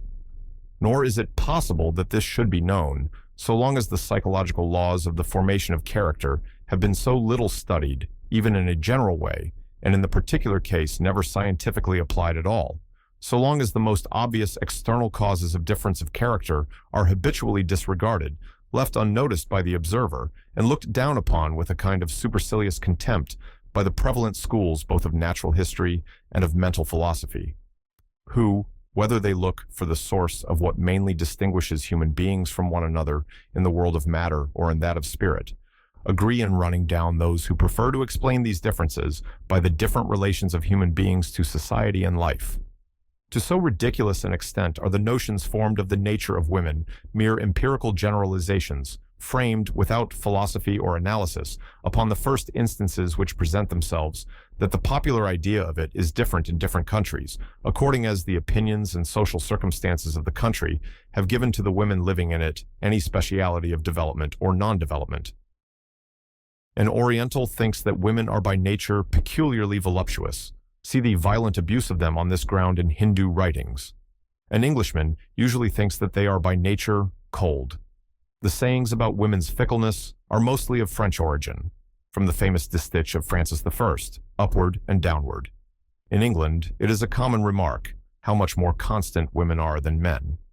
Inconstancy has been longer reckoned discreditable to a woman in England than in France, and English women are besides, in their inmost nature, much more subdued to opinion. It may be remarked, by the way, that Englishmen are in peculiarly unfavorable circumstances for attempting to judge what is or is not natural, not merely to women, but to men or to human beings altogether, at least if they have only English experience to go upon, because there is no place where human nature shows so little of its original lineaments. Both in a good and a bad sense, the English are farther from a state of nature than any other modern people. They are, more than any other people, a product of civilization and discipline. England is the country in which social discipline has most succeeded, not so much in conquering as in suppressing whatever is liable to conflict with it. The English, more than any other people, not only act but feel according to rule. In other countries, the taught opinion or the requirement of society may be the stronger power, but the promptings of the individual nature are always visible under it, and often resisting it. Rule may be stronger than nature, but nature is still there. In England, rule has to a great degree substituted itself for nature. The greater part of life is carried on, not by following inclination under the control of rule, but by having no inclination but that of following a rule. Now, this has its good side, doubtless, though it has also a wretchedly bad one. But it must render an Englishman peculiarly ill-qualified to pass a judgment on the original tendencies of human nature from his own experience. The errors to which observers elsewhere are liable on the subject are of a different character. An Englishman is ignorant respecting human nature, a Frenchman is prejudiced. An Englishman's errors are negative, a Frenchman's positive. An Englishman fancies that things do not exist because he never sees them. A Frenchman thinks they must always and necessarily exist because he does see them. An Englishman does not know nature because he has had no opportunity of observing it. A Frenchman generally knows a great deal of it, but often mistakes it because he has only seen it sophisticated and distorted. For the artificial state superinduced by society disguises the natural tendencies of the thing which is the subject of observation in two different ways, by extinguishing the nature or by transforming it. In the one case, there is but a starved residuum of nature remaining to be studied. In the other case, there is much, but it may have expanded in any direction rather than that in which it would spontaneously grow. I have said that it cannot now be known how much of the existing mental differences between men and women is natural, and how much artificial, whether there are any natural differences at all, or supposing all artificial causes of difference to be withdrawn, what natural character would be revealed. I am not about to attempt what I have pronounced impossible, but doubt does not forbid conjecture, and where certainty is unattainable, there may yet be the means of arriving at some degree of probability. The first point, the origin of the differences actually observed, is the one most accessible to speculation, and I shall attempt to approach it by the only path by which it can be reached, by tracing the mental consequences of external influences. We cannot isolate a human being from the circumstances of his condition so as to ascertain experimentally what he would have been by nature, but we can consider what he is and what his circumstances have been, and whether the one would have been capable of producing the other. Let us take, then, the only marked case which observation affords of apparent inferiority of women to men if we accept the merely physical one of bodily strength. No production in philosophy, science, or art entitled to the first rank has been the work of a woman. Is there any mode of accounting for this without supposing that women are naturally incapable of producing them?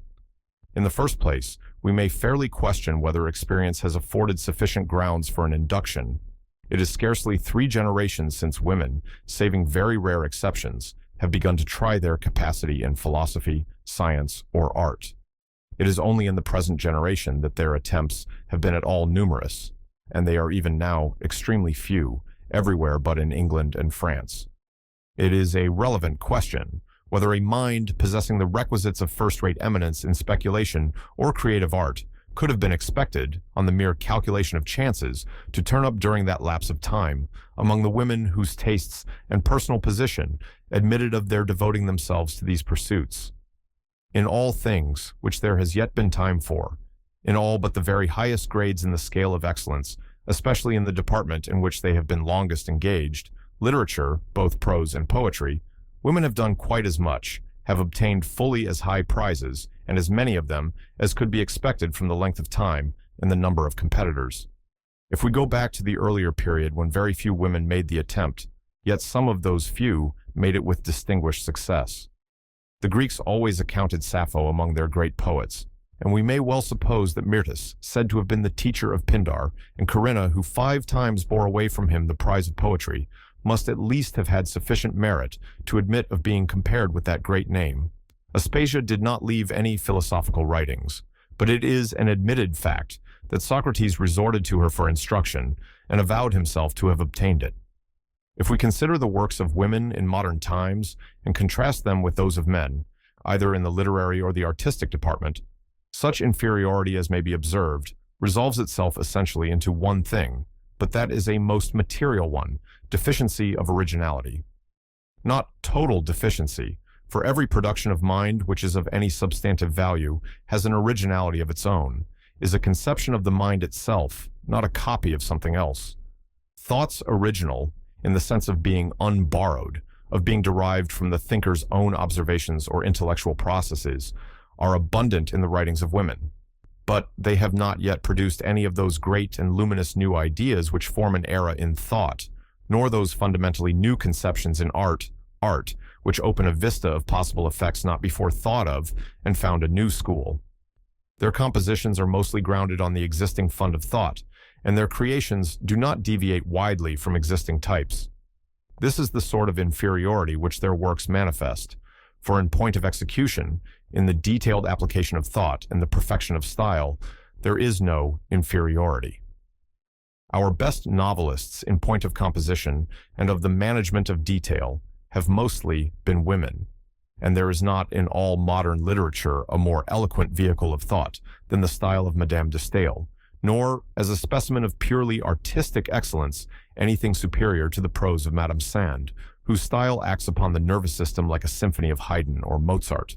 High originality of conception is, as I have said, what is chiefly wanting. And now to examine if there is any manner in which this deficiency can be accounted for. Let us remember then, so far as regards mere thought, that during all that period in the world's existence, and in the progress of cultivation, in which great and fruitful new truths could be arrived at by mere force of genius, with little previous study and accumulation of knowledge, during all that time, women did not concern themselves with speculation at all. From the days of Hypatia to those of the Reformation, the illustrious Heloisa is almost the only woman to whom any such achievement might have been possible, and we know not how great a capacity of speculation in her may have been lost to mankind by the misfortunes of her life. Never since any considerable number of women have begun to cultivate serious thought has originality been possible on easy terms. Nearly all the thoughts which can be reached by mere strength of original faculties have long since been arrived at, and originality, in any high sense of the word, is now scarcely ever attained, but by minds which have undergone elaborate discipline and are deeply versed in the results of previous thinking. It is Maurice, I think, who has remarked on the present age that its most original thinkers are those who have known most thoroughly what had been thought by their predecessors, and this will always henceforth be the case. Every fresh stone in the edifice has now to be placed on the top of so many others that a long process of climbing and of carrying up materials has to be gone through by whoever aspires to take a share in the present stage of the work. How many women are there who have gone through any such process? Somerville, alone perhaps of women, knows as much of mathematics as is now needful for making any considerable mathematical discovery. Is it any proof of inferiority in women that she has not happened to be one of the 2 or 3 persons who in her lifetime have associated their names with some striking advancement of the science? 2 women, since political economy has been made a science, have known enough of it to write usefully on the subject. Of how many of the innumerable men who have written on it during the same time is it possible with truth to say more? If no woman has hitherto been a great historian, what woman has had the necessary erudition? If no woman is a great philologist, what woman has studied Sanskrit and Slavonic, the Gothic of Ulfila and the Persic of the Zendavesta? Even in practical matters, we all know what is the value of the originality of untaught geniuses. It means inventing over again in its rudimentary form something already invented and improved upon by many successive inventors. When women have had the preparation which all men now require to be eminently original, it will be time enough to begin judging by experience of their capacity for originality. It no doubt often happens that a person who has not widely and accurately studied the thoughts of others on a subject has by natural sagacity a happy intuition, which he can suggest, but cannot prove, which yet, when matured, may be an important addition to knowledge.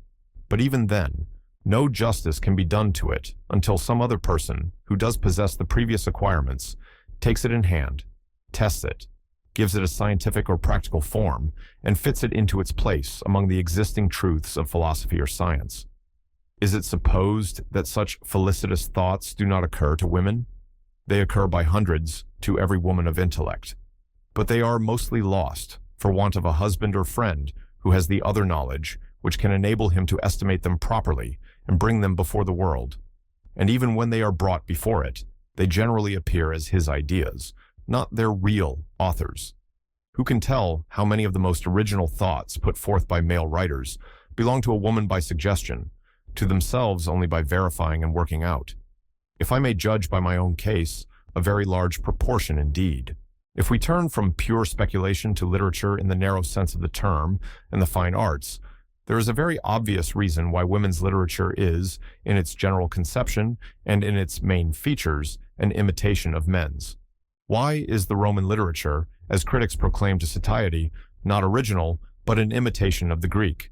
Simply because the Greeks came first. If women lived in a different country from men and had never read any of their writings, they would have had a literature of their own. As it is, they have not created one, because they found a highly advanced literature already created. If there had been no suspension of the knowledge of antiquity, or if the Renaissance had occurred before the Gothic cathedrals were built, they never would have been built. We see that, in France and Italy, imitation of the ancient literature stopped the original development even after it had commenced. All women who write are pupils of the great male writers. A painter's early pictures, even if he be a Raphael, are undistinguishable in style from those of his master. Even a Mozart does not display his powerful originality in his earliest pieces. What years are to a gifted individual, generations are to a mass. If women's literature is destined to have a different collective character from that of men, depending on any difference of natural tendencies, much longer time is necessary than has yet elapsed before it can emancipate itself from the influence of accepted models and guide itself by its own impulses. But if, as I believe, there will not prove to be any natural tendencies common to women and distinguishing their genius from that of men, Yet every individual writer among them has her individual tendencies, which at present are still subdued by the influence of precedent and example, and it will require generations more before their individuality is sufficiently developed to make head against that influence. It is in the fine arts, properly so called, that the prima facie evidence of inferior original powers in women at first sight appears the strongest, since opinion, it may be said, does not exclude them from these, but rather encourages them, and their education, instead of passing over this department, is in the affluent classes, mainly composed of it. Yet in this line of exertion, they have fallen still more short than in many others, of the highest eminence attained by men. This shortcoming, however, needs no other explanation than the familiar fact, more universally true in the fine arts than in anything else, the vast superiority of professional persons over amateurs. Women in the educated classes are almost universally taught more or less of some branch or other of the fine arts, but not that they may gain their living or their social consequence by it. Women artists are all amateurs. The exceptions are only of the kind which confirm the general truth. Women are taught music, but not for the purpose of composing, only of executing it, and accordingly it is only as composers that men, in music, are superior to women. The only one of the fine arts which women do follow to any extent as a profession and an occupation for life is the histrionic, and in that they are confessedly equal, if not superior, to men. To make the comparison fair, it should be made between the productions of women in any branch of art and those of men not following it as a profession. In musical composition, for example, women surely have produced fully as good things as have ever been produced by male amateurs. There are now a few women, a very few, who practice painting as a profession, and these are already beginning to show quite as much talent as could be expected. Even male painters, pace Ruskin, have not made any very remarkable figure these last centuries, and it will be long before they do so. The reason why the old painters were so greatly superior to the modern is that a greatly superior class of men applied themselves to the art. In the 14th and 15th centuries, the Italian painters were the most accomplished men of their age. The greatest of them were men of encyclopedical acquirements and powers, like the great men of Greece. But in their times, fine art was, to men's feelings and conceptions, among the grandest things in which a human being could excel, and by it men were made, what only political or military distinction now makes them, the companions of sovereigns and the equals of the highest nobility. In the present age, men of anything like similar caliber find something more important to do for their own fame and the uses of the modern world than painting, and it is only now and then that a Reynolds or a Turner, of whose relative rank among eminent men I do not pretend to an opinion, applies himself to that art. Music belongs to a different order of things. It does not require the same general powers of mind, but seems more dependent on a natural gift, and it may be thought surprising that no one of the great musical composers has been a woman. But even this natural gift, to be made available for great creations, requires study and professional devotion to the pursuit. The only countries which have produced first-rate composers, even of the male sex, are Germany and Italy, countries in which, both in point of special and of general cultivation, women have remained far behind France and England, being generally, it may be said without exaggeration, very little educated and having scarcely cultivated at all any of the higher faculties of mind. And in those countries, the men who are acquainted with the principles of musical composition must be counted by hundreds, or more probably by thousands, the women barely by scores, so that here again, on the doctrine of averages, we cannot reasonably expect to see more than one eminent woman to 50 eminent men. And the last 3 centuries have not produced 50 eminent male composers, either in Germany or in Italy. There are other reasons, besides those which we have now given, that help to explain why women remain behind men, even in the pursuits which are open to both. For one thing, very few women have time for them. This may seem a paradox. It is an undoubted social fact. The time and thoughts of every woman have to satisfy great previous demands on them for things practical. There is, first, the superintendence of the family and the domestic expenditure, which occupies at least one woman in every family, generally the one of mature years and acquired experience, unless the family is so rich as to admit of delegating that task to hired agency, and submitting to all the waste and malversation inseparable from that mode of conducting it. The superintendence of a household, even when not in other respects laborious, is extremely onerous to the thoughts. It requires incessant vigilance, an eye which no detail escapes, and presents questions for consideration and solution, foreseen and unforeseen, at every hour of the day, from which the person responsible for them can hardly ever shake herself free. If a woman is of a rank and circumstances which relieve her in a measure from these cares, she has still devolving on her the management for the whole family of its intercourse with others, of what is called society, and the less the call made on her by the former duty, the greater is always the development of the latter. The dinner parties, concerts, evening parties, morning visits, letter writing, and all that goes with them. All this is over and above the engrossing duty which society imposes exclusively on women of making themselves charming. A clever woman of the higher ranks finds nearly a sufficient employment of her talents in cultivating the graces of manner and the arts of conversation. To look only at the outward side of the subject, the great and continual exercise of thought, which all women who attach any value to dressing well, I do not mean expensively, but with taste and perception of natural and of artificial convenance, must bestow upon their own dress, perhaps also upon that of their daughters, would alone go a great way towards achieving respectable results in art, or science, or literature, and does actually exhaust much of the time and mental power they might have to spare for either. If it were possible that all this number of little practical interests, which are made great to them, should leave them either much leisure or much energy and freedom of mind to be devoted to art or speculation, they must have a much greater original supply of active faculty than the vast majority of men. But this is not all. Independently of the regular offices of life which devolve upon a woman, she is expected to have her time and faculties always at the disposal of everybody. If a man has not a profession to exempt him from such demands, still, if he has a pursuit, he offends nobody by devoting his time to it. Occupation is received as a valid excuse for his not answering to every casual demand which may be made on him. Are a woman's occupations, especially her chosen and voluntary ones, ever regarded as excusing her from any of what are termed the calls of society? Scarcely are her most necessary and recognized duties allowed as an exemption. It requires an illness in the family, or something else out of the common way, to entitle her to give her own business the precedence over other people's amusement. She must always be at the beck and call of somebody, generally of everybody. If she has a study or a pursuit, she must snatch any short interval which accidentally occurs to be employed in it.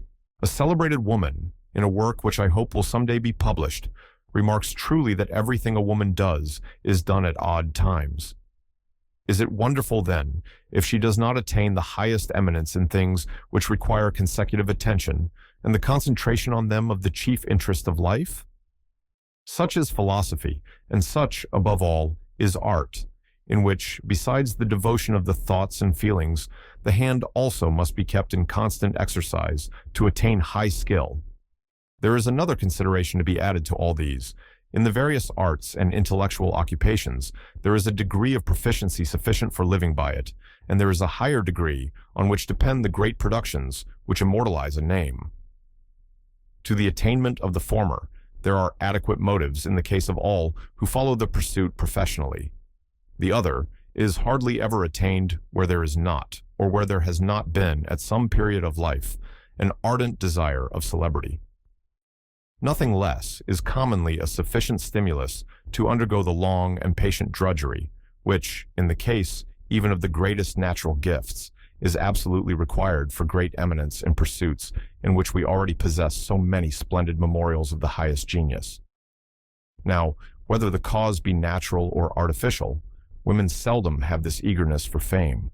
Their ambition is generally confined within narrower bounds.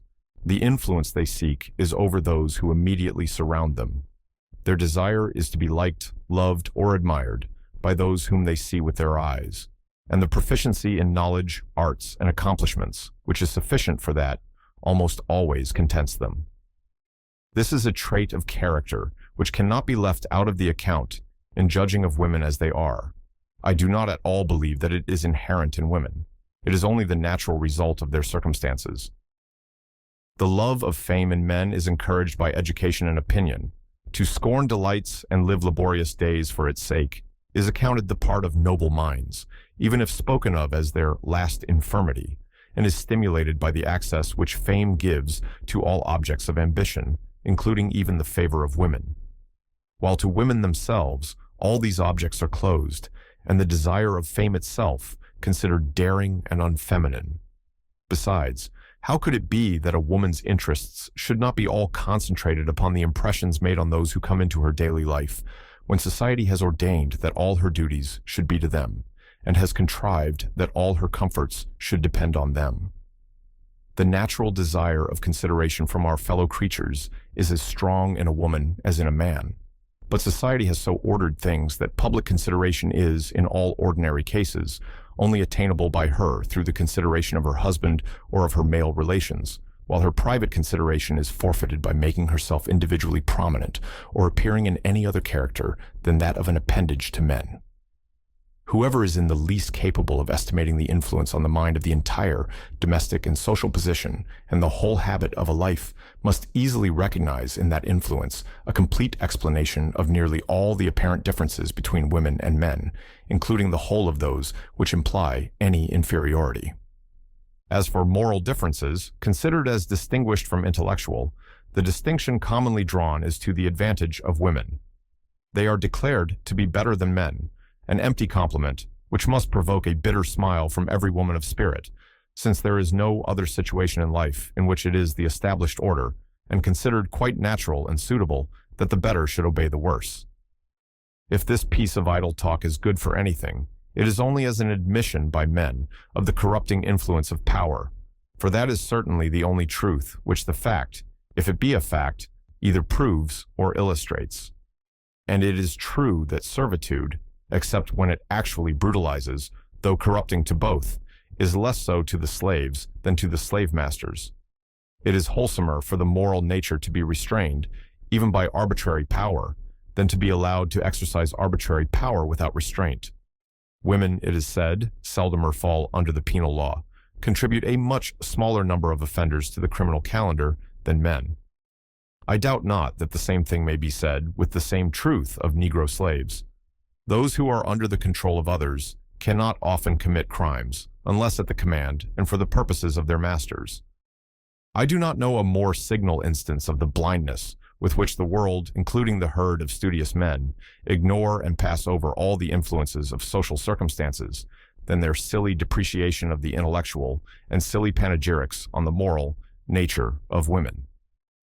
The complimentary dictum about women's superior moral goodness may be allowed to pair off with the disparaging one respecting their greater liability to moral bias.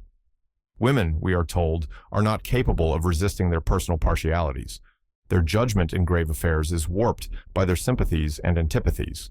Assuming it to be so, it is still to be proved that women are oftener misled by their personal feelings than men by their personal interests.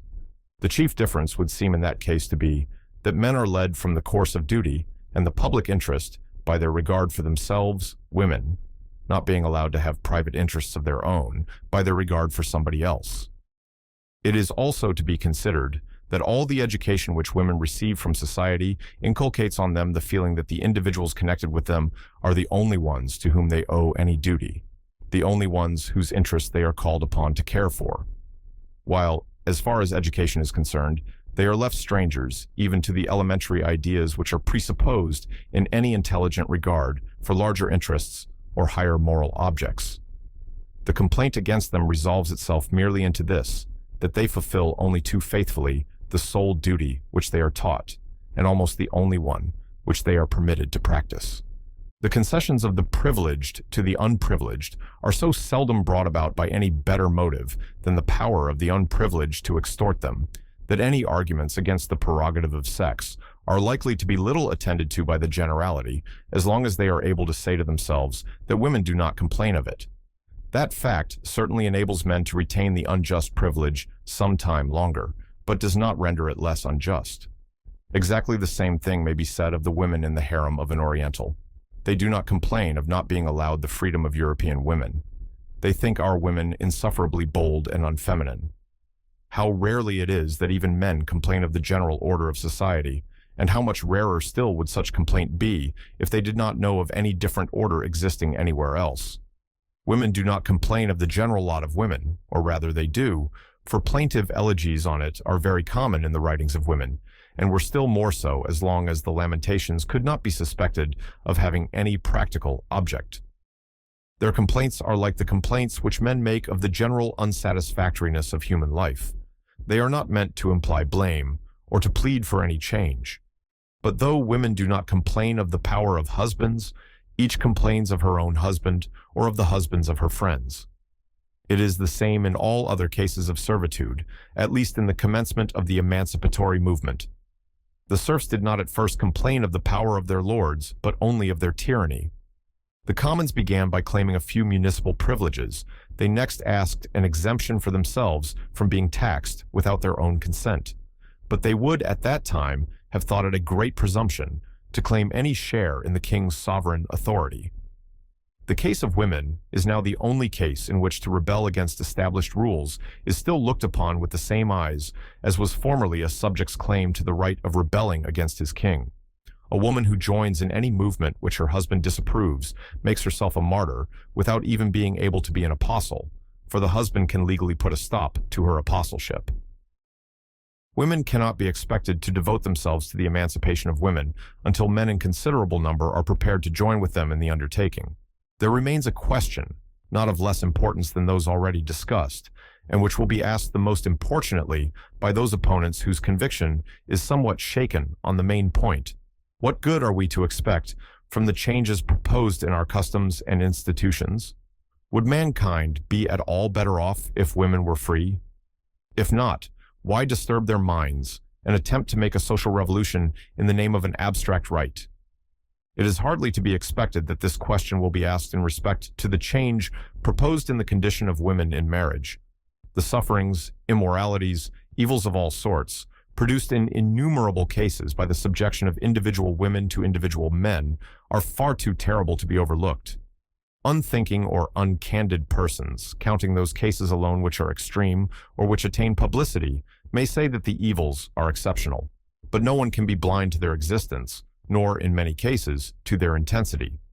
And it is perfectly obvious that the abuse of the power cannot be very much checked while the power remains. It is a power given or offered, not to good men or to decently respectable men, but to all men, the most brutal and the most criminal. There is no check but that of opinion, and such men are in general within the reach of no opinion but that of men like themselves. If such men did not brutally tyrannize over the one human being whom the law compels to bear everything from them, society must already have reached a paradisiacal state. There could be no need any longer of laws to curb men's vicious propensities. Astrea must not only have returned to earth, but the heart of the worst man must have become her temple. The law of servitude in marriage is a monstrous contradiction to all the principles of the modern world, and to all the experience through which those principles have been slowly and painfully worked out. It is the sole case, now that Negro slavery has been abolished, in which a human being in the plenitude of every faculty is delivered up to the tender mercies of another human being, in the hope, forsooth, that this other will use the power solely for the good of the person subjected to it. Marriage is the only actual bondage known to our law. There remain no legal slaves except the mistress of every house. It is not, therefore, on this part of the subject that the question is likely to be asked, cui bono? We may be told that the evil would outweigh the good, but the reality of the good admits of no dispute. In regard, however, to the larger question, the removal of women's disabilities, their recognition as the equals of men in all that belongs to citizenship, the opening to them of all honorable employments, and of the training and education which qualifies for those employments, there are many persons for whom it is not enough that the inequality has no just or legitimate defense. They require to be told what express advantage would be obtained by abolishing it. To which let me first answer, the advantage of having the most universal and pervading of all human relations, regulated by justice instead of injustice. The vast amount of this gain to human nature, it is hardly possible, by any explanation or illustration, to place in a stronger light than it is placed by the bare statement to anyone who attaches a moral meaning to words. All the selfish propensities, the self-worship, the unjust self-preference which exist among mankind have their source and root in, and derive their principal nourishment from, the present constitution of the relation between men and women. Think what it is to a boy to grow up to manhood in the belief that without any merit or any exertion of his own, though he may be the most frivolous and empty, or the most ignorant and stolid of mankind, by the mere fact of being born a male, he is by right the superior of all and every one, of an entire half of the human race, including probably some whose real superiority to himself he has daily or hourly occasion to feel. But even if in his whole conduct he habitually follows a woman's guidance, still, if he is a fool, she thinks that, of course, she is not, and cannot be, equal in ability and judgment to himself. And if he is not a fool, he does worse. He sees that she is superior to him, and believes that, notwithstanding her superiority, he is entitled to command, and she is bound to obey. What must be the effect on his character of this lesson? And men of the cultivated classes are often not aware how deeply it sinks into the immense majority of male minds. For among right-feeling and well-bred people, the inequality is kept as much as possible out of sight, above all, out of sight of the children. As much obedience is required from boys to their mother as to their father. They are not permitted to domineer over their sisters, nor are they accustomed to see these postponed to them, but the contrary, the compensations of the chivalrous feeling being made prominent, while the servitude which requires them is kept in the background. Well-brought-up youths in the higher classes thus often escape the bad influences of the situation in their early years, and only experience them when, arrived at manhood, they fall under the dominion of facts as they really exist. Such people are little aware, when a boy is differently brought up, how early the notion of his inherent superiority to a girl arises in his mind, how it grows with his growth and strengthens. With his strength, how it is inoculated by one schoolboy upon another, how early the youth thinks himself superior to his mother, owing her perhaps forbearance, but no real respect, and how sublime and sultan-like a sense of superiority he feels, above all, over the woman whom he honors by admitting her to a partnership of his life. Is it imagined that all this does not pervert the whole manner of existence of the man, both as an individual and as a social being? It is an exact parallel to the feeling of a hereditary king, that he is excellent above others by being born a king, or a noble by being born a noble. The relation between husband and wife is very like that between lord and vassal, except that the wife is held to more unlimited obedience than the vassal was. However, the vassal's character may have been affected, for better and for worse, by his subordination.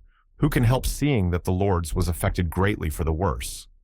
Whether he was led to believe that his vassals were really superior to himself, or to feel that he was placed in command over people as good as himself, for no merits or labors of his own, but merely for having, as Figaro says, taken the trouble to be born. The self-worship of the monarch, or of the feudal superior, is matched by the self-worship of the male. Human beings do not grow up from childhood in the possession of unearned distinctions, without pluming themselves upon them. Those whom privileges not acquired by their merit, and which they feel to be disproportioned to it, inspire with additional humility, are always the few, and the best few. The rest are only inspired with pride, and the worst sort of pride, that which values itself upon accidental advantages, not of its own achieving. Above all, when the feeling of being raised above the whole of the other sex is combined with personal authority over one individual among them, the situation, if a school of conscientious and affectionate forbearance, to those whose strongest points of character are conscience and affection, is to men of another quality a regularly constituted academy or gymnasium for training them in arrogance and overbearingness, which vices, if curbed by the certainty of resistance in their intercourse with other men, their equals, break out towards all who are in a position to be obliged to tolerate them, and often revenge themselves upon the unfortunate wife for the involuntary restraint which they are obliged to submit to elsewhere.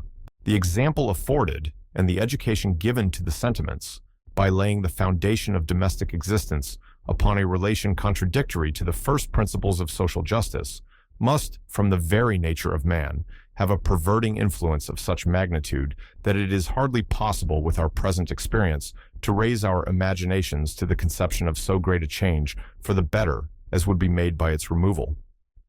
All that education and civilization are doing to efface the influences on character of the law of force and replace them by those of justice remains merely on the surface as long as the citadel of the enemy is not attacked. The principle of the modern movement in morals and politics is that conduct, and conduct alone, entitles to respect, that not what men are, but what they do, constitutes their claim to deference, that, above all, merit, and not birth, is the only rightful claim to power and authority. If no authority, not in its nature temporary, were allowed to one human being over another, society would not be employed in building up propensities with one hand which it has to curb with the other. The child would really, for the first time in man's existence on earth, be trained in the way he should go, and when he was old, there would be a chance that he would not depart from it. But so long as the right of the strong to power over the weak rules in the very heart of society, the attempt to make the equal right of the weak, the principle of its outward actions, will always be an uphill struggle. For the law of justice, which is also that of Christianity, will never get possession of men's inmost sentiments. They will be working against it, even when bending to it. The second benefit to be expected from giving to women the free use of their faculties, by leaving them the free choice of their employments, and opening to them the same field of occupation and the same prizes and encouragements as to other human beings, would be that of doubling the mass of mental faculties available for the higher service of humanity. Where there is now one person qualified to benefit mankind and promote the general improvement, as a public teacher or an administrator of some branch of public or social affairs, there would then be a chance of two. Mental superiority of any kind is at present everywhere so much below the demand. There is such a deficiency of persons competent to do excellently anything which it requires any considerable amount of ability to do, that the loss to the world by refusing to make use of 1/2 of the whole quantity of talent it possesses is extremely serious. It is true that this amount of mental power is not totally lost. Much of it is employed, and would in any case be employed, in domestic management and in the few other occupations open to women, and from the remainder indirect benefit is in many individual cases obtained through the personal influence of individual women over individual men. But these benefits are partial.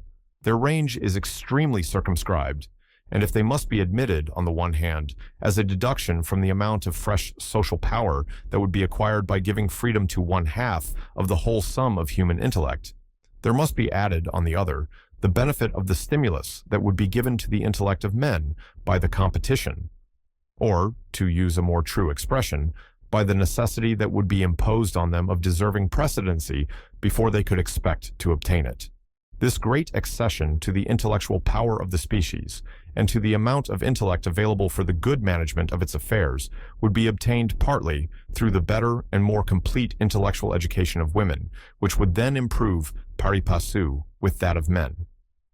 Women in general would be brought up equally capable of understanding business, public affairs, and the higher matters of speculation, with men in the same class of society, and the select few of the one as well as of the other sex, who were qualified not only to comprehend what is done or thought by others, but to think or do something considerable themselves, would meet with the same facilities for improving and training their capacities in the one sex as in the other. In this way, the widening of the sphere of action for women would operate for good, by raising their education to the level of that of men, and making the one participate in all improvements made in the other. But independently of this, the mere breaking down of the barrier would of itself have an educational virtue of the highest worth. The mere getting rid of the idea that all the wider subjects of thought and action, all the things which are of general and not solely of private interest, are men's business from which women are to be warned off, positively interdicted from most of it, coldly tolerated in the little which is allowed them. The mere consciousness a woman would then have of being a human being like any other, entitled to choose her pursuits, urged or invited by the same inducements as anyone else, to interest herself in whatever is interesting to human beings, entitled to exert the share of influence on all human concerns, which belongs to an individual opinion, whether she attempted actual participation in them or not. This alone would affect an immense expansion of the faculties of women, as well as enlargement of the range of their moral sentiments. Besides the addition to the amount of individual talent available for the conduct of human affairs, which certainly are not at present so abundantly provided in that respect that they can afford to dispense with one half of what nature proffers, the opinion of women would then possess a more beneficial, rather than a greater, influence upon the general mass of human belief and sentiment. I say a more beneficial, rather than a greater influence, for the influence of women over the general tone of opinion has always, or at least from the earliest known period, been very considerable. The influence of mothers on the early character of their sons and the desire of young men to recommend themselves to young women have in all recorded times been important agencies in the formation of character and have determined some of the chief steps in the progress of civilization. Even in the Homeric age, Edos towards the Troadas Elkisipeplus is an acknowledged and powerful motive of action in the great Hector. The moral influence of women has had two modes of operation. First, it has been a softening influence. Those who were most liable to be the victims of violence have naturally tended as much as they could towards limiting its sphere and mitigating its excesses. Those who were not taught to fight have naturally inclined in favor of any other mode of settling differences rather than that of fighting. In general, those who have been the greatest sufferers by the indulgence of selfish passion have been the most earnest supporters of any moral law which offered a means of bridling passion. Women were powerfully instrumental in inducing the northern conquerors to adopt the creed of Christianity, a creed so much more favorable to women than any that preceded it. The conversion of the Anglo-Saxons and of the Franks may be said to have been begun by the wives of Ethelbert and Clovis. The other mode in which the effect of women's opinion has been conspicuous is by giving a powerful stimulus to those qualities in men, which, not being themselves trained in, it was necessary for them that they should find in their protectors. Courage, and the military virtues generally, have at all times been greatly indebted to the desire which men felt of being admired by women, and the stimulus reaches far beyond this one class of eminent qualities, since, by a very natural effect of their position, the best passport to the admiration and favor of women has always been to be thought highly of by men. From the combination of the two kinds of moral influence thus exercised by women arose the spirit of chivalry, the peculiarity of which is to aim at combining the highest standard of the warlike qualities with the cultivation of a totally different class of virtues, those of gentleness, generosity, and self-abnegation towards the non-military and defenseless classes generally, and a special submission and worship directed towards women, who were distinguished from the other defenseless classes by the high rewards which they had it in their power voluntarily to bestow on those who endeavored to earn their favor instead of extorting their subjection. Though the practice of chivalry fell even more sadly short of its theoretic standard than practice generally falls below theory, it remains one of the most precious monuments of the moral history of our race, as a remarkable instance of a concerted and organized attempt by a most disorganized and distracted society to raise up and carry into practice a moral ideal greatly in advance of its social condition and institutions, so much so as to have been completely frustrated in the main object, yet never entirely inefficacious, and which has left a most sensible, and for the most part, a highly valuable, impress on the ideas and feelings of all subsequent times. The chivalrous ideal is the acme of the influence of women's sentiments on the moral cultivation of mankind, and if women are to remain in their subordinate situation, it were greatly to be lamented that the chivalrous standard should have passed away, for it is the only one at all capable of mitigating the demoralizing influences of that position. But the changes in the general state of the species rendered inevitable the substitution of a totally different ideal of morality for the chivalrous one. Chivalry was the attempt to infuse moral elements into a state of society in which everything depended for good or evil on individual prowess, under the softening influences of individual delicacy and generosity. In modern societies, all things, even in the military department of affairs, are decided not by individual effort, but by the combined operations of numbers, while the main occupation of society has changed from fighting to business, from military to industrial life. The exigencies of the new life are no more exclusive of the virtues of generosity than those of the old, but it no longer entirely depends on them. The main foundations of the moral life of modern times must be justice and prudence, the respect of each for the rights of every other, and the ability of each to take care of himself. Chivalry left without legal check all forms of wrong which reigned unpunished throughout society. It only encouraged a few to do right in preference to wrong by the direction it gave to the instruments of praise and admiration. But the real dependence of morality must always be upon its penal sanctions, its power to deter from evil. The security of society cannot rest on merely rendering honor to right, a motive so comparatively weak in all but a few, and which, on very many, does not operate at all. Modern society is able to repress wrong through all departments of life, by a fit exertion of the superior strength which civilization has given it, and thus to render the existence of the weaker members of society, no longer defenseless but protected by law, tolerable to them without reliance on the chivalrous feelings of those who are in a position to tyrannize.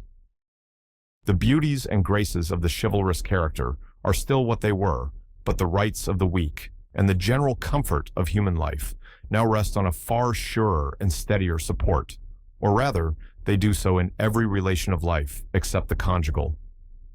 At present, the moral influence of women is no less real, but it is no longer of so marked and definite a character.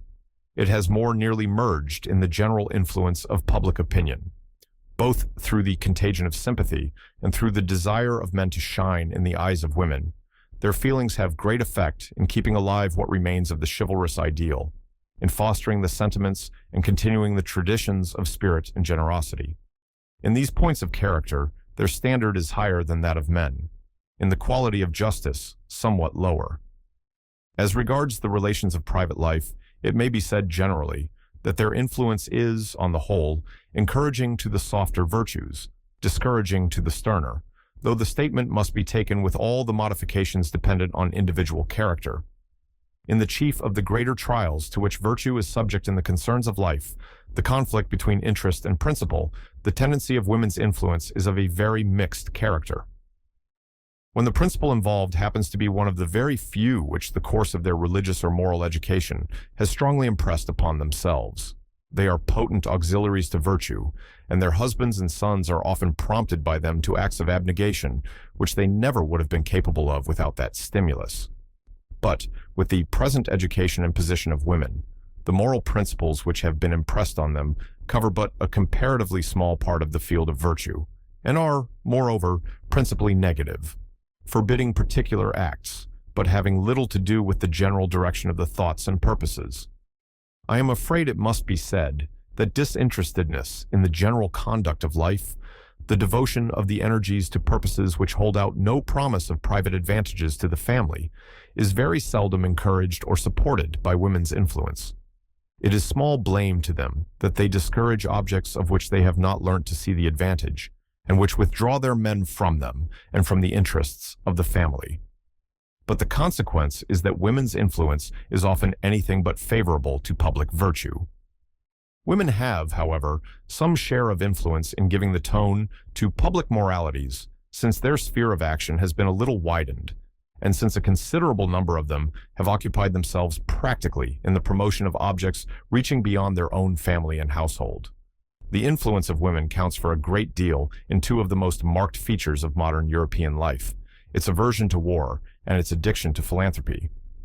Excellent characteristics both, but unhappily, if the influence of women is valuable in the encouragement it gives to these feelings in general, in the particular applications the direction it gives to them is at least as often mischievous as useful.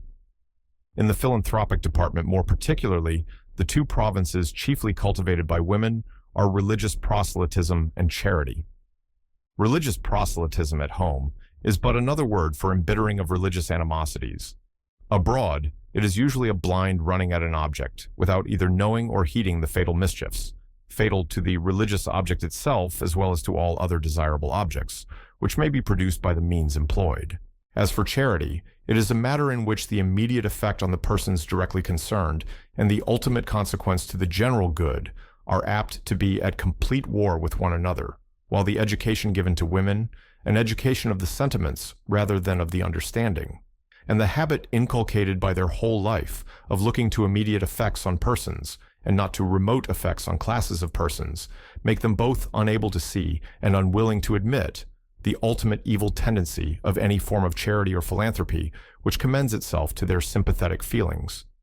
The great and continually increasing mass of unenlightened and short-sighted benevolence, which, taking the care of people's lives out of their own hands and relieving them from the disagreeable consequences of their own acts, saps the very foundations of the self-respect, self-help, and self-control, which are the essential conditions both of individual prosperity and of social virtue.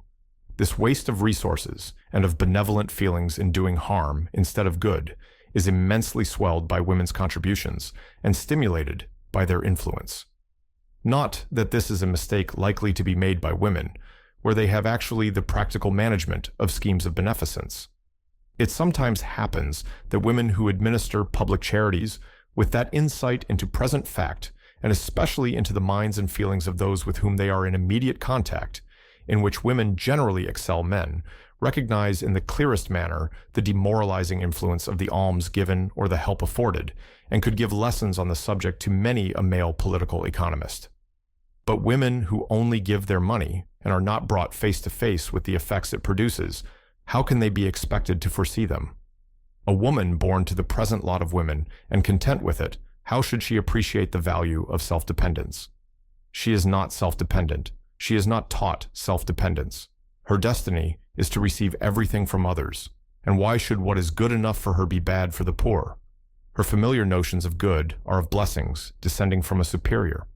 She forgets that she is not free, and that the poor are, that if what they need is given to them unearned, they cannot be compelled to earn it, that everybody cannot be taken care of by everybody, but there must be some motive to induce people to take care of themselves, and that to be helped to help themselves, if they are physically capable of it, is the only charity which proves to be charity in the end. These considerations show how usefully the part which women take in the formation of general opinion would be modified for the better by that more enlarged instruction and practical conversancy with the things which their opinions influence that would necessarily arise from their social and political emancipation. But the improvement it would work through the influence they exercise, each in her own family, would be still more remarkable. It is often said that in the classes most exposed to temptation, a man's wife and children tend to keep him honest and respectable, both by the wife's direct influence and by the concern he feels for their future welfare. This may be so, and no doubt often is so, with those who are more weak than wicked, and this beneficial influence would be preserved and strengthened under equal laws. It does not depend on the woman's servitude, but is, on the contrary, diminished by the disrespect which the inferior class of men, always at heart, feel towards those who are subject to their power. But when we ascend higher in the scale, we come among a totally different set of moving forces. The wife's influence tends, as far as it goes, to prevent the husband from falling below the common standard of approbation of the country. It tends quite as strongly to hinder him from rising above it. The wife is the auxiliary of the common public opinion. A man who is married to a woman, his inferior in intelligence, finds her a perpetual dead weight, or worse than a dead weight, a drag, upon every aspiration of his to be better than public opinion requires him to be. It is hardly possible for one who is in these bonds to attain exalted virtue. If he differs in his opinion from the mass, if he sees truths which have not yet dawned upon them, or if, feeling in his heart truths which they nominally recognize, he would like to act up to those truths more conscientiously than the generality of mankind. To all such thoughts and desires, marriage is the heaviest of drawbacks, unless he be so fortunate as to have a wife as much above the common level as he himself is. For in the first place, there is always some sacrifice of personal interest required, either of social consequence or of pecuniary means, perhaps the risk of even the means of subsistence. These sacrifices and risks he may be willing to encounter for himself, but he will pause before he imposes them on his family. And his family in this case means his wife and daughters, for he always hopes that his sons will feel as he feels himself, and that what he can do without, they will do without willingly in the same cause. But his daughters, their marriage may depend upon it, and his wife, who is unable to enter into or understand the objects for which these sacrifices are made, who, if she thought them worth any sacrifice, would think so on trust, and solely for his sake, who can participate in none of the enthusiasm or the self-approbation he himself may feel, while the things which he is disposed to sacrifice are all in all to her.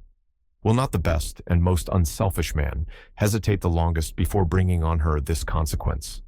If it be not the comforts of life, but only social consideration that is at stake, the burden upon his conscience and feelings is still very severe. Whoever has a wife and children has given hostages to Grundy. The approbation of that potentate may be a matter of indifference to him, but it is of great importance to his wife. The man himself may be above opinion, or may find sufficient compensation in the opinion of those of his own way of thinking. But to the women connected with him, he can offer no compensation.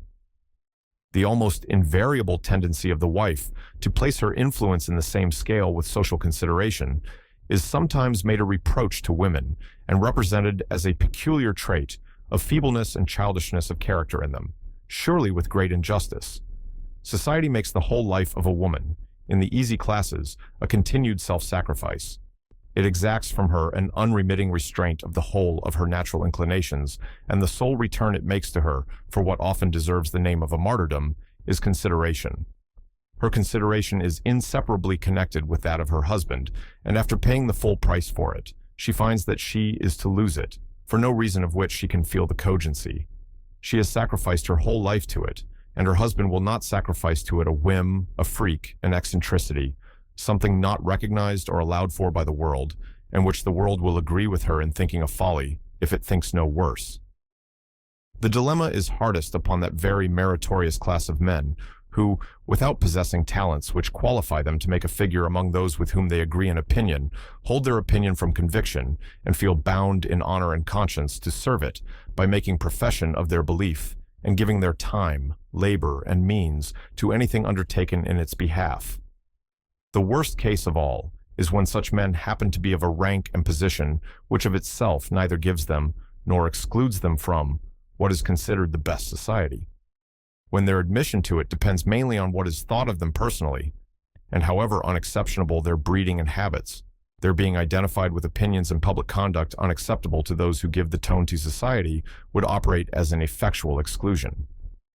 Many a woman flatters herself, 9 times out of 10 quite erroneously, that nothing prevents her and her husband from moving in the highest society of her neighborhood, society in which others well known to her and in the same class of life mix freely, except that her husband is unfortunately a dissenter, or has the reputation of mingling in low radical politics. That it is, she thinks, which hinders George from getting a commission or a place, Caroline from making an advantageous match, and prevents her and her husband from obtaining invitations, perhaps honors, which, for aught she sees, they are as well entitled to as some folks. With such an influence in every house, either exerted actively or operating all the more powerfully for not being asserted, is it any wonder that people in general are kept down in that mediocrity of respectability which is becoming a marked characteristic of modern times?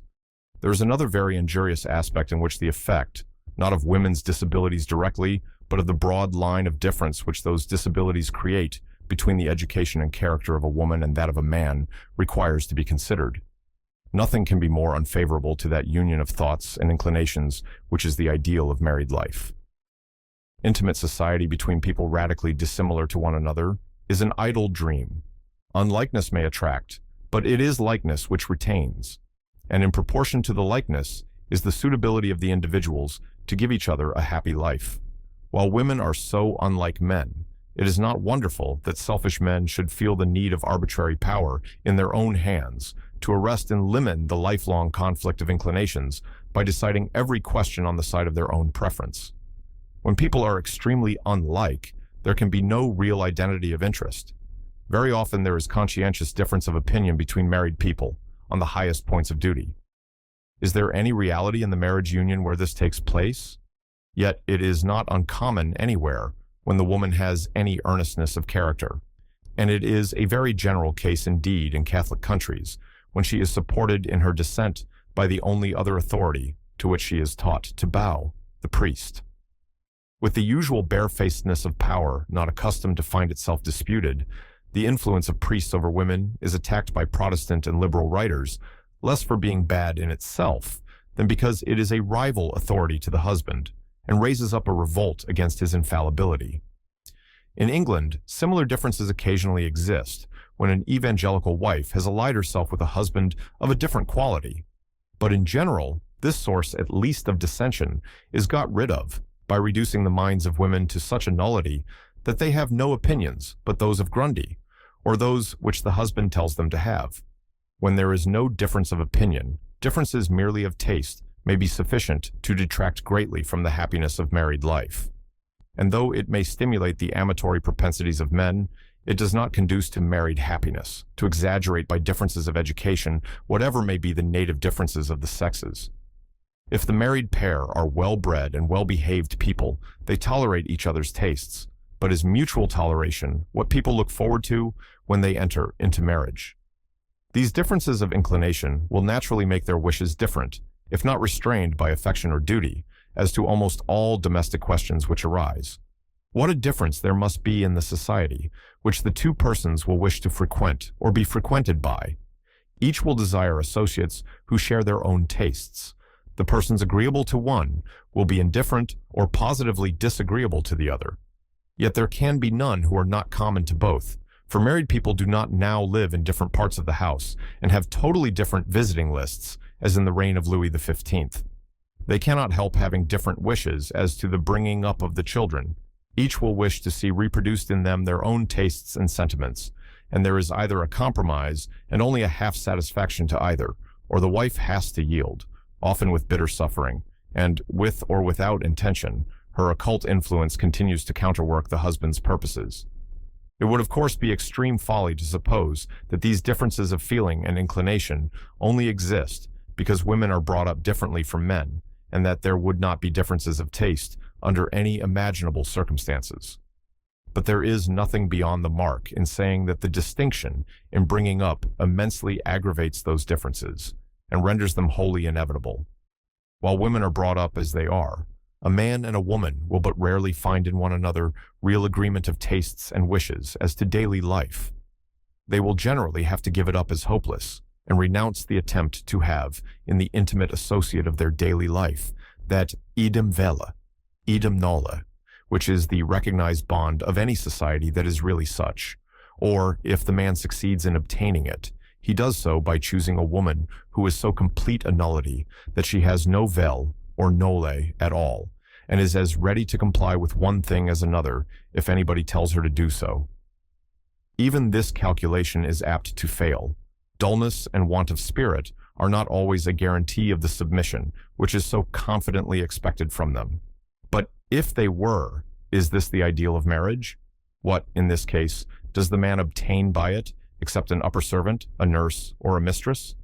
On the contrary, when each of two persons, instead of being a nothing, is a something, when they are attached to one another and are not too much unlike to begin with, the constant partaking in the same things, assisted by their sympathy, draws out the latent capacities of each for being interested in the things which were at first interesting only to the other, and works a gradual assimilation of the tastes and characters to one another, partly by the insensible modification of each, but more by a real enriching of the two natures, each acquiring the tastes and capacities of the other in addition to its own. This often happens between two friends of the same sex, who are much associated in their daily life, and it would be a common, if not the commonest, case in marriage, did not the totally different bringing up of the two sexes make it next to an impossibility to form a really well-assorted union. Were this remedied, whatever differences there might still be in individual tastes, there would at least be, as a general rule, complete unity and unanimity as to the great objects of life. When the two persons both care for great objects and are a help and encouragement to each other in whatever regards these, the minor matters on which their tastes may differ are not all important to them, and there is a foundation for solid friendship, of an enduring character, more likely than anything else to make it, through the whole of life, a greater pleasure to each to give pleasure to the other than to receive it. I have considered thus far the effects on the pleasures and benefits of the marriage union which depend on the mere unlikeness between the wife and the husband, but the evil tendency is prodigiously aggravated when the unlikeness is inferiority. Mere unlikeness, when it only means difference of good qualities, may be more a benefit in the way of mutual improvement than a drawback from comfort. When each emulates and desires and endeavors to acquire the other's peculiar qualities, the difference does not produce diversity of interest, but increased identity of it, and makes each still more valuable to the other.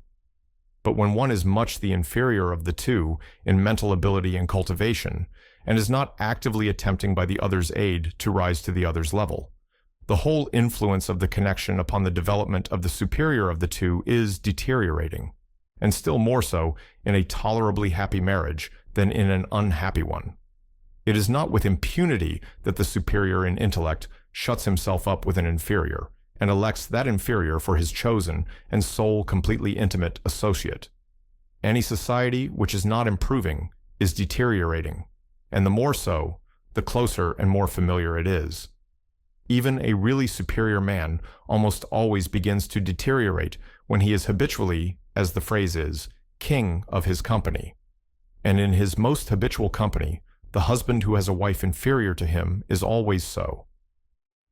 While his self-satisfaction is incessantly ministered to on the one hand, on the other he insensibly imbibes the modes of feeling and of looking at things which belong to a more vulgar or a more limited mind than his own. This evil differs from many of those which have hitherto been dwelt on by being an increasing one. The association of men with women in daily life is much closer and more complete than it ever was before. Men's life is more domestic. Formerly, their pleasures and chosen occupations were among men, and in men's company, their wives had but a fragment of their lives. At the present time, the progress of civilization and the turn of opinion against the rough amusements and convivial excesses which formerly occupied most men in their hours of relaxation, together with, it must be said, the improved tone of modern feeling as to the reciprocity of duty which binds the husband towards the wife, have thrown the man very much more upon home and its inmates for his personal and social pleasures, while the kind and degree of improvement which has been made in women's education has made them in some degree capable of being his companions in ideas and mental tastes, while leaving them, in most cases, still hopelessly inferior to him. His desire of mental communion is thus in general satisfied by a communion from which he learns nothing. An unimproving and unstimulating companionship is substituted for what he might otherwise have been obliged to seek, the society of his equals in powers and his fellows in the higher pursuits. We see accordingly that young men of the greatest promise generally cease to improve as soon as they marry, and, not improving, inevitably degenerate. If the wife does not push the husband forward, she always holds him back. He ceases to care for what she does not care for. He no longer desires, and ends by disliking and shunning society congenial to his former aspirations, and which would now shame his falling off from them. His higher faculties, both of mind and heart, cease to be called into activity. And this change coinciding with the new and selfish interests which are created by the family, after a few years, he differs in no material respect from those who have never had wishes for anything but the common vanities and the common pecuniary objects. What marriage may be in the case of two persons of cultivated faculties, identical in opinions and purposes, between whom there exists that best kind of equality, similarity of powers and capacities, with reciprocal superiority in them, so that each can enjoy the luxury of looking up to the other, and can have alternately the pleasure of leading and of being led in the path of development, I will not attempt to describe. To those who can conceive it, there is no need. To those who cannot, it would appear the dream of an enthusiast. But I maintain with the profoundest conviction that this and this only is the ideal of marriage, and that all opinions, customs, and institutions which favor any other notion of it, or turn the conceptions and aspirations connected with it into any other direction, by whatever pretenses they may be colored, are relics of primitive barbarism. The moral regeneration of mankind will only really commence when the most fundamental of the social relations is placed under the rule of equal justice, and when human beings learn to cultivate their strongest sympathy with an equal in rights and in cultivation.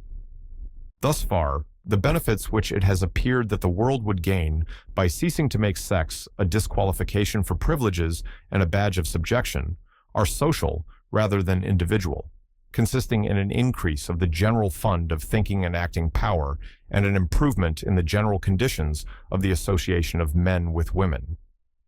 But it would be a grievous understatement of the case to omit the most direct benefit of all, the unspeakable gain in private happiness to the liberated half of the species, the difference to them between a life of subjection to the will of others and a life of rational freedom. After the primary necessities of food and raiment, freedom is the first and strongest want of human nature. While mankind are lawless, their desire is for lawless freedom. When they have learnt to understand the meaning of duty and the value of reason, they incline more and more to be guided and restrained by these in the exercise of their freedom. But they do not therefore desire freedom less. They do not become disposed to accept the will of other people as the representative and interpreter of those guiding principles. On the contrary, the communities in which the reason has been most cultivated, and in which the idea of social duty has been most powerful, are those which have most strongly asserted the freedom of action of the individual, the liberty of each to govern his conduct by his own feelings of duty, and by such laws and social restraints as his own conscience can subscribe to. He who would rightly appreciate the worth of personal independence as an element of happiness should consider the value he himself puts upon it as an ingredient of his own. There is no subject on which there is a greater habitual difference of judgment between a man judging for himself and the same man judging for other people.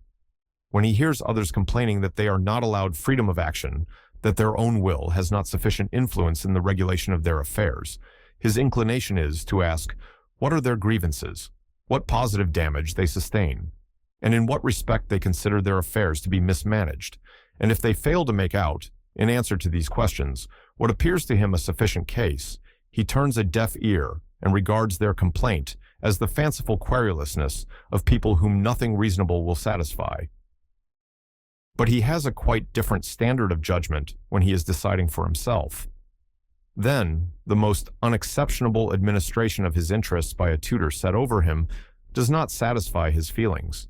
His personal exclusion from the deciding authority appears itself the greatest grievance of all, rendering it superfluous even to enter into the question of mismanagement.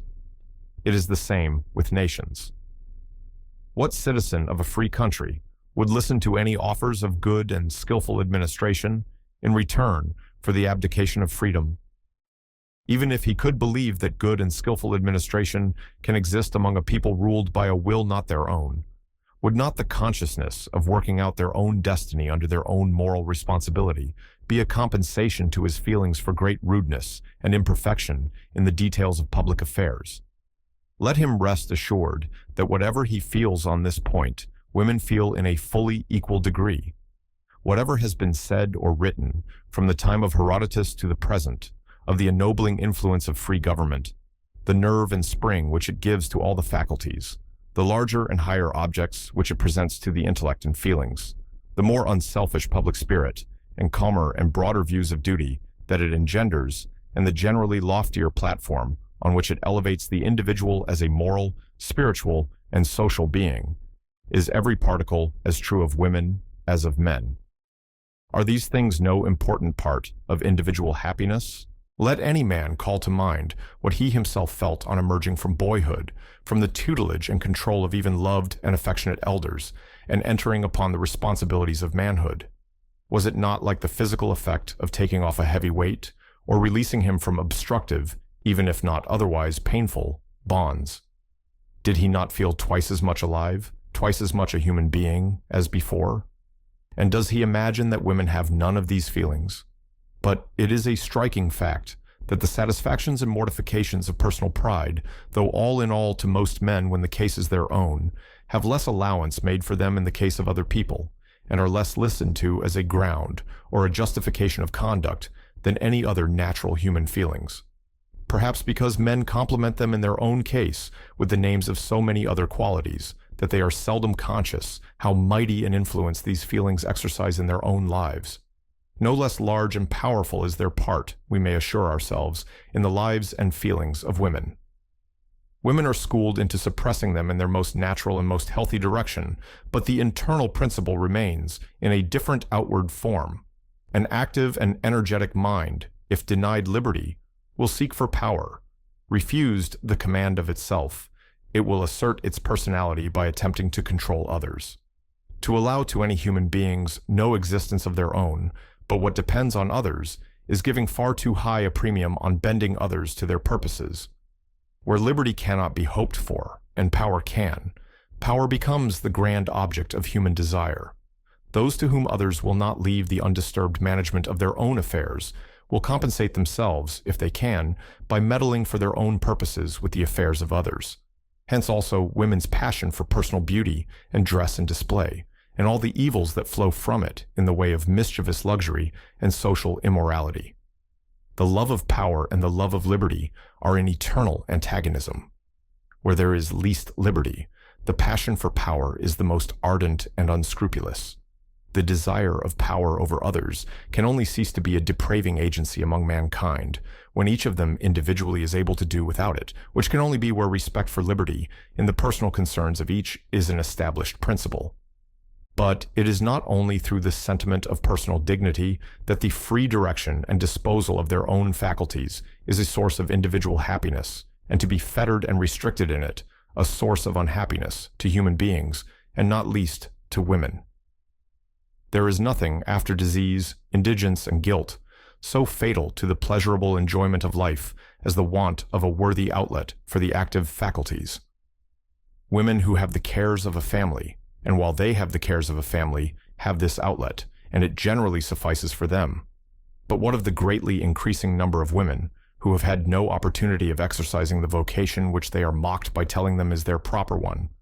What of the women whose children have been lost to them by death or distance, or have grown up, married, and formed homes of their own? There are abundant examples of men who, after a life engrossed by business, retire with a competency to the enjoyment, as they hope, of rest, but to whom, as they are unable to acquire new interests and excitements that can replace the old, the change to a life of inactivity brings ennui, melancholy, and premature death. Yet no one thinks of the parallel case of so many worthy and devoted women, who, having paid what they are told is their debt to society, having brought up a family blamelessly to manhood and womanhood, having kept a house as long as they had a house needing to be kept, are deserted by the sole occupation for which they have fitted themselves, and remain with undiminished activity but with no employment for it, unless perhaps a daughter or daughter-in-law is willing to abdicate in their favor the discharge of the same functions in her younger household. Surely a hard lot for the old age of those who have worthily discharged, as long as it was given to them to discharge what the world accounts their only social duty. Of such women, and of those others to whom this duty has not been committed at all, many of whom pine through life with the consciousness of thwarted vocations and activities which are not suffered to expand, the only resources, speaking generally, are religion and charity. But their religion, though it may be one of feeling and of ceremonial observance, cannot be a religion of action, unless in the form of charity. For charity, many of them are by nature admirably fitted, but to practice it usefully, or even without doing mischief, requires the education, the manifold preparation, the knowledge, and the thinking powers of a skillful administrator. There are few of the administrative functions of government for which a person would not be fit, who is fit to bestow charity usefully. In this, as in other cases, preeminently in that of the education of children, the duties permitted to women cannot be performed properly without their being trained for duties which, to the great loss of society, are not permitted to them. And here let me notice the singular way in which the question of women's disabilities is frequently presented to view by those who find it easier to draw a ludicrous picture of what they do not like than to answer the arguments for it. When it is suggested that women's executive capacities and prudent counsels might sometimes be found valuable in affairs of state, these lovers of fun hold up to the ridicule of the world as sitting in Parliament or in the Cabinet, girls in their teens, or young wives of 2 or 3 and 20, transported bodily, exactly as they are, from the drawing room to the House of Commons. They forget that males are not usually selected at this early age for a seat in Parliament or for responsible political functions. Common sense would tell them that if such trusts were confided to women, it would be to such as, having no special vocation for married life or preferring another employment of their faculties, as many women even now prefer to marriage some of the few honorable occupations within their reach, have spent the best years of their youth in attempting to qualify themselves for the pursuits in which they desire to engage, or still more frequently perhaps, widows or wives of 40 or 50, by whom the knowledge of life and faculty of government, which they have acquired in their families, could by the aid of appropriate studies be made available on a less contracted scale. There is no country of Europe in which the ablest men have not frequently experienced and keenly appreciated the value of the advice and help of clever and experienced women of the world, in the attainment both of private and of public objects. And there are important matters of public administration to which few men are equally competent with such women. Among others, the detailed control of expenditure. But what we are now discussing is not the need which society has of the services of women in public business, but the dull and hopeless life to which it so often condemns them by forbidding them to exercise the practical abilities which many of them are conscious of in any wider field than one which to some of them never was, and to others is no longer, open. If there is anything vitally important to the happiness of human beings, it is that they should relish their habitual pursuit. This requisite of an enjoyable life is very imperfectly granted or altogether denied to a large part of mankind, and by its absence, many a life is a failure, which is provided in appearance with every requisite of success. But if circumstances which society is not yet skillful enough to overcome render such failures often for the present inevitable, society need not itself inflict them. The injudiciousness of parents, a youth's own inexperience, or the absence of external opportunities for the congenial vocation, and their presence for an uncongenial, condemn numbers of men to pass their lives in doing one thing reluctantly and ill, when there are other things which they could have done well and happily. But on women, this sentence is imposed by actual law, and by customs equivalent to law. What, in unenlightened societies, color, race, religion, or in the case of a conquered country, nationality, are to some men, sex is to all women, a peremptory exclusion from almost all honorable occupations, but either such as cannot be fulfilled by others, or such as those others do not think worthy of their acceptance. Sufferings arising from causes of this nature usually meet with so little sympathy that few persons are aware of the great amount of unhappiness even now produced by the feeling of a wasted life. The case will be even more frequent, as increased cultivation creates a greater and greater disproportion between the ideas and faculties of women, and the scope which society allows to their activity. When we consider the positive evil caused to the disqualified half of the human race by their disqualification, first in the loss of the most inspiriting and elevating kind of personal enjoyment, and next in the weariness, disappointment, and profound dissatisfaction with life, which are so often the substitute for it, one feels that among all the lessons which men require for carrying on the struggle against the inevitable imperfections of their lot on earth, there is no lesson which they more need than not to add to the evils which nature inflicts by their jealous and prejudiced restrictions on one another. Their vain fears only substitute other and worse evils for those which they are idly apprehensive of, while every restraint on the freedom of conduct of any of their human fellow creatures, otherwise than by making them responsible for any evil actually caused by it, dries up pro tanto the principal fountain of human happiness, and leaves the species less rich, to an inappreciable degree, in all that makes life valuable to the individual human being.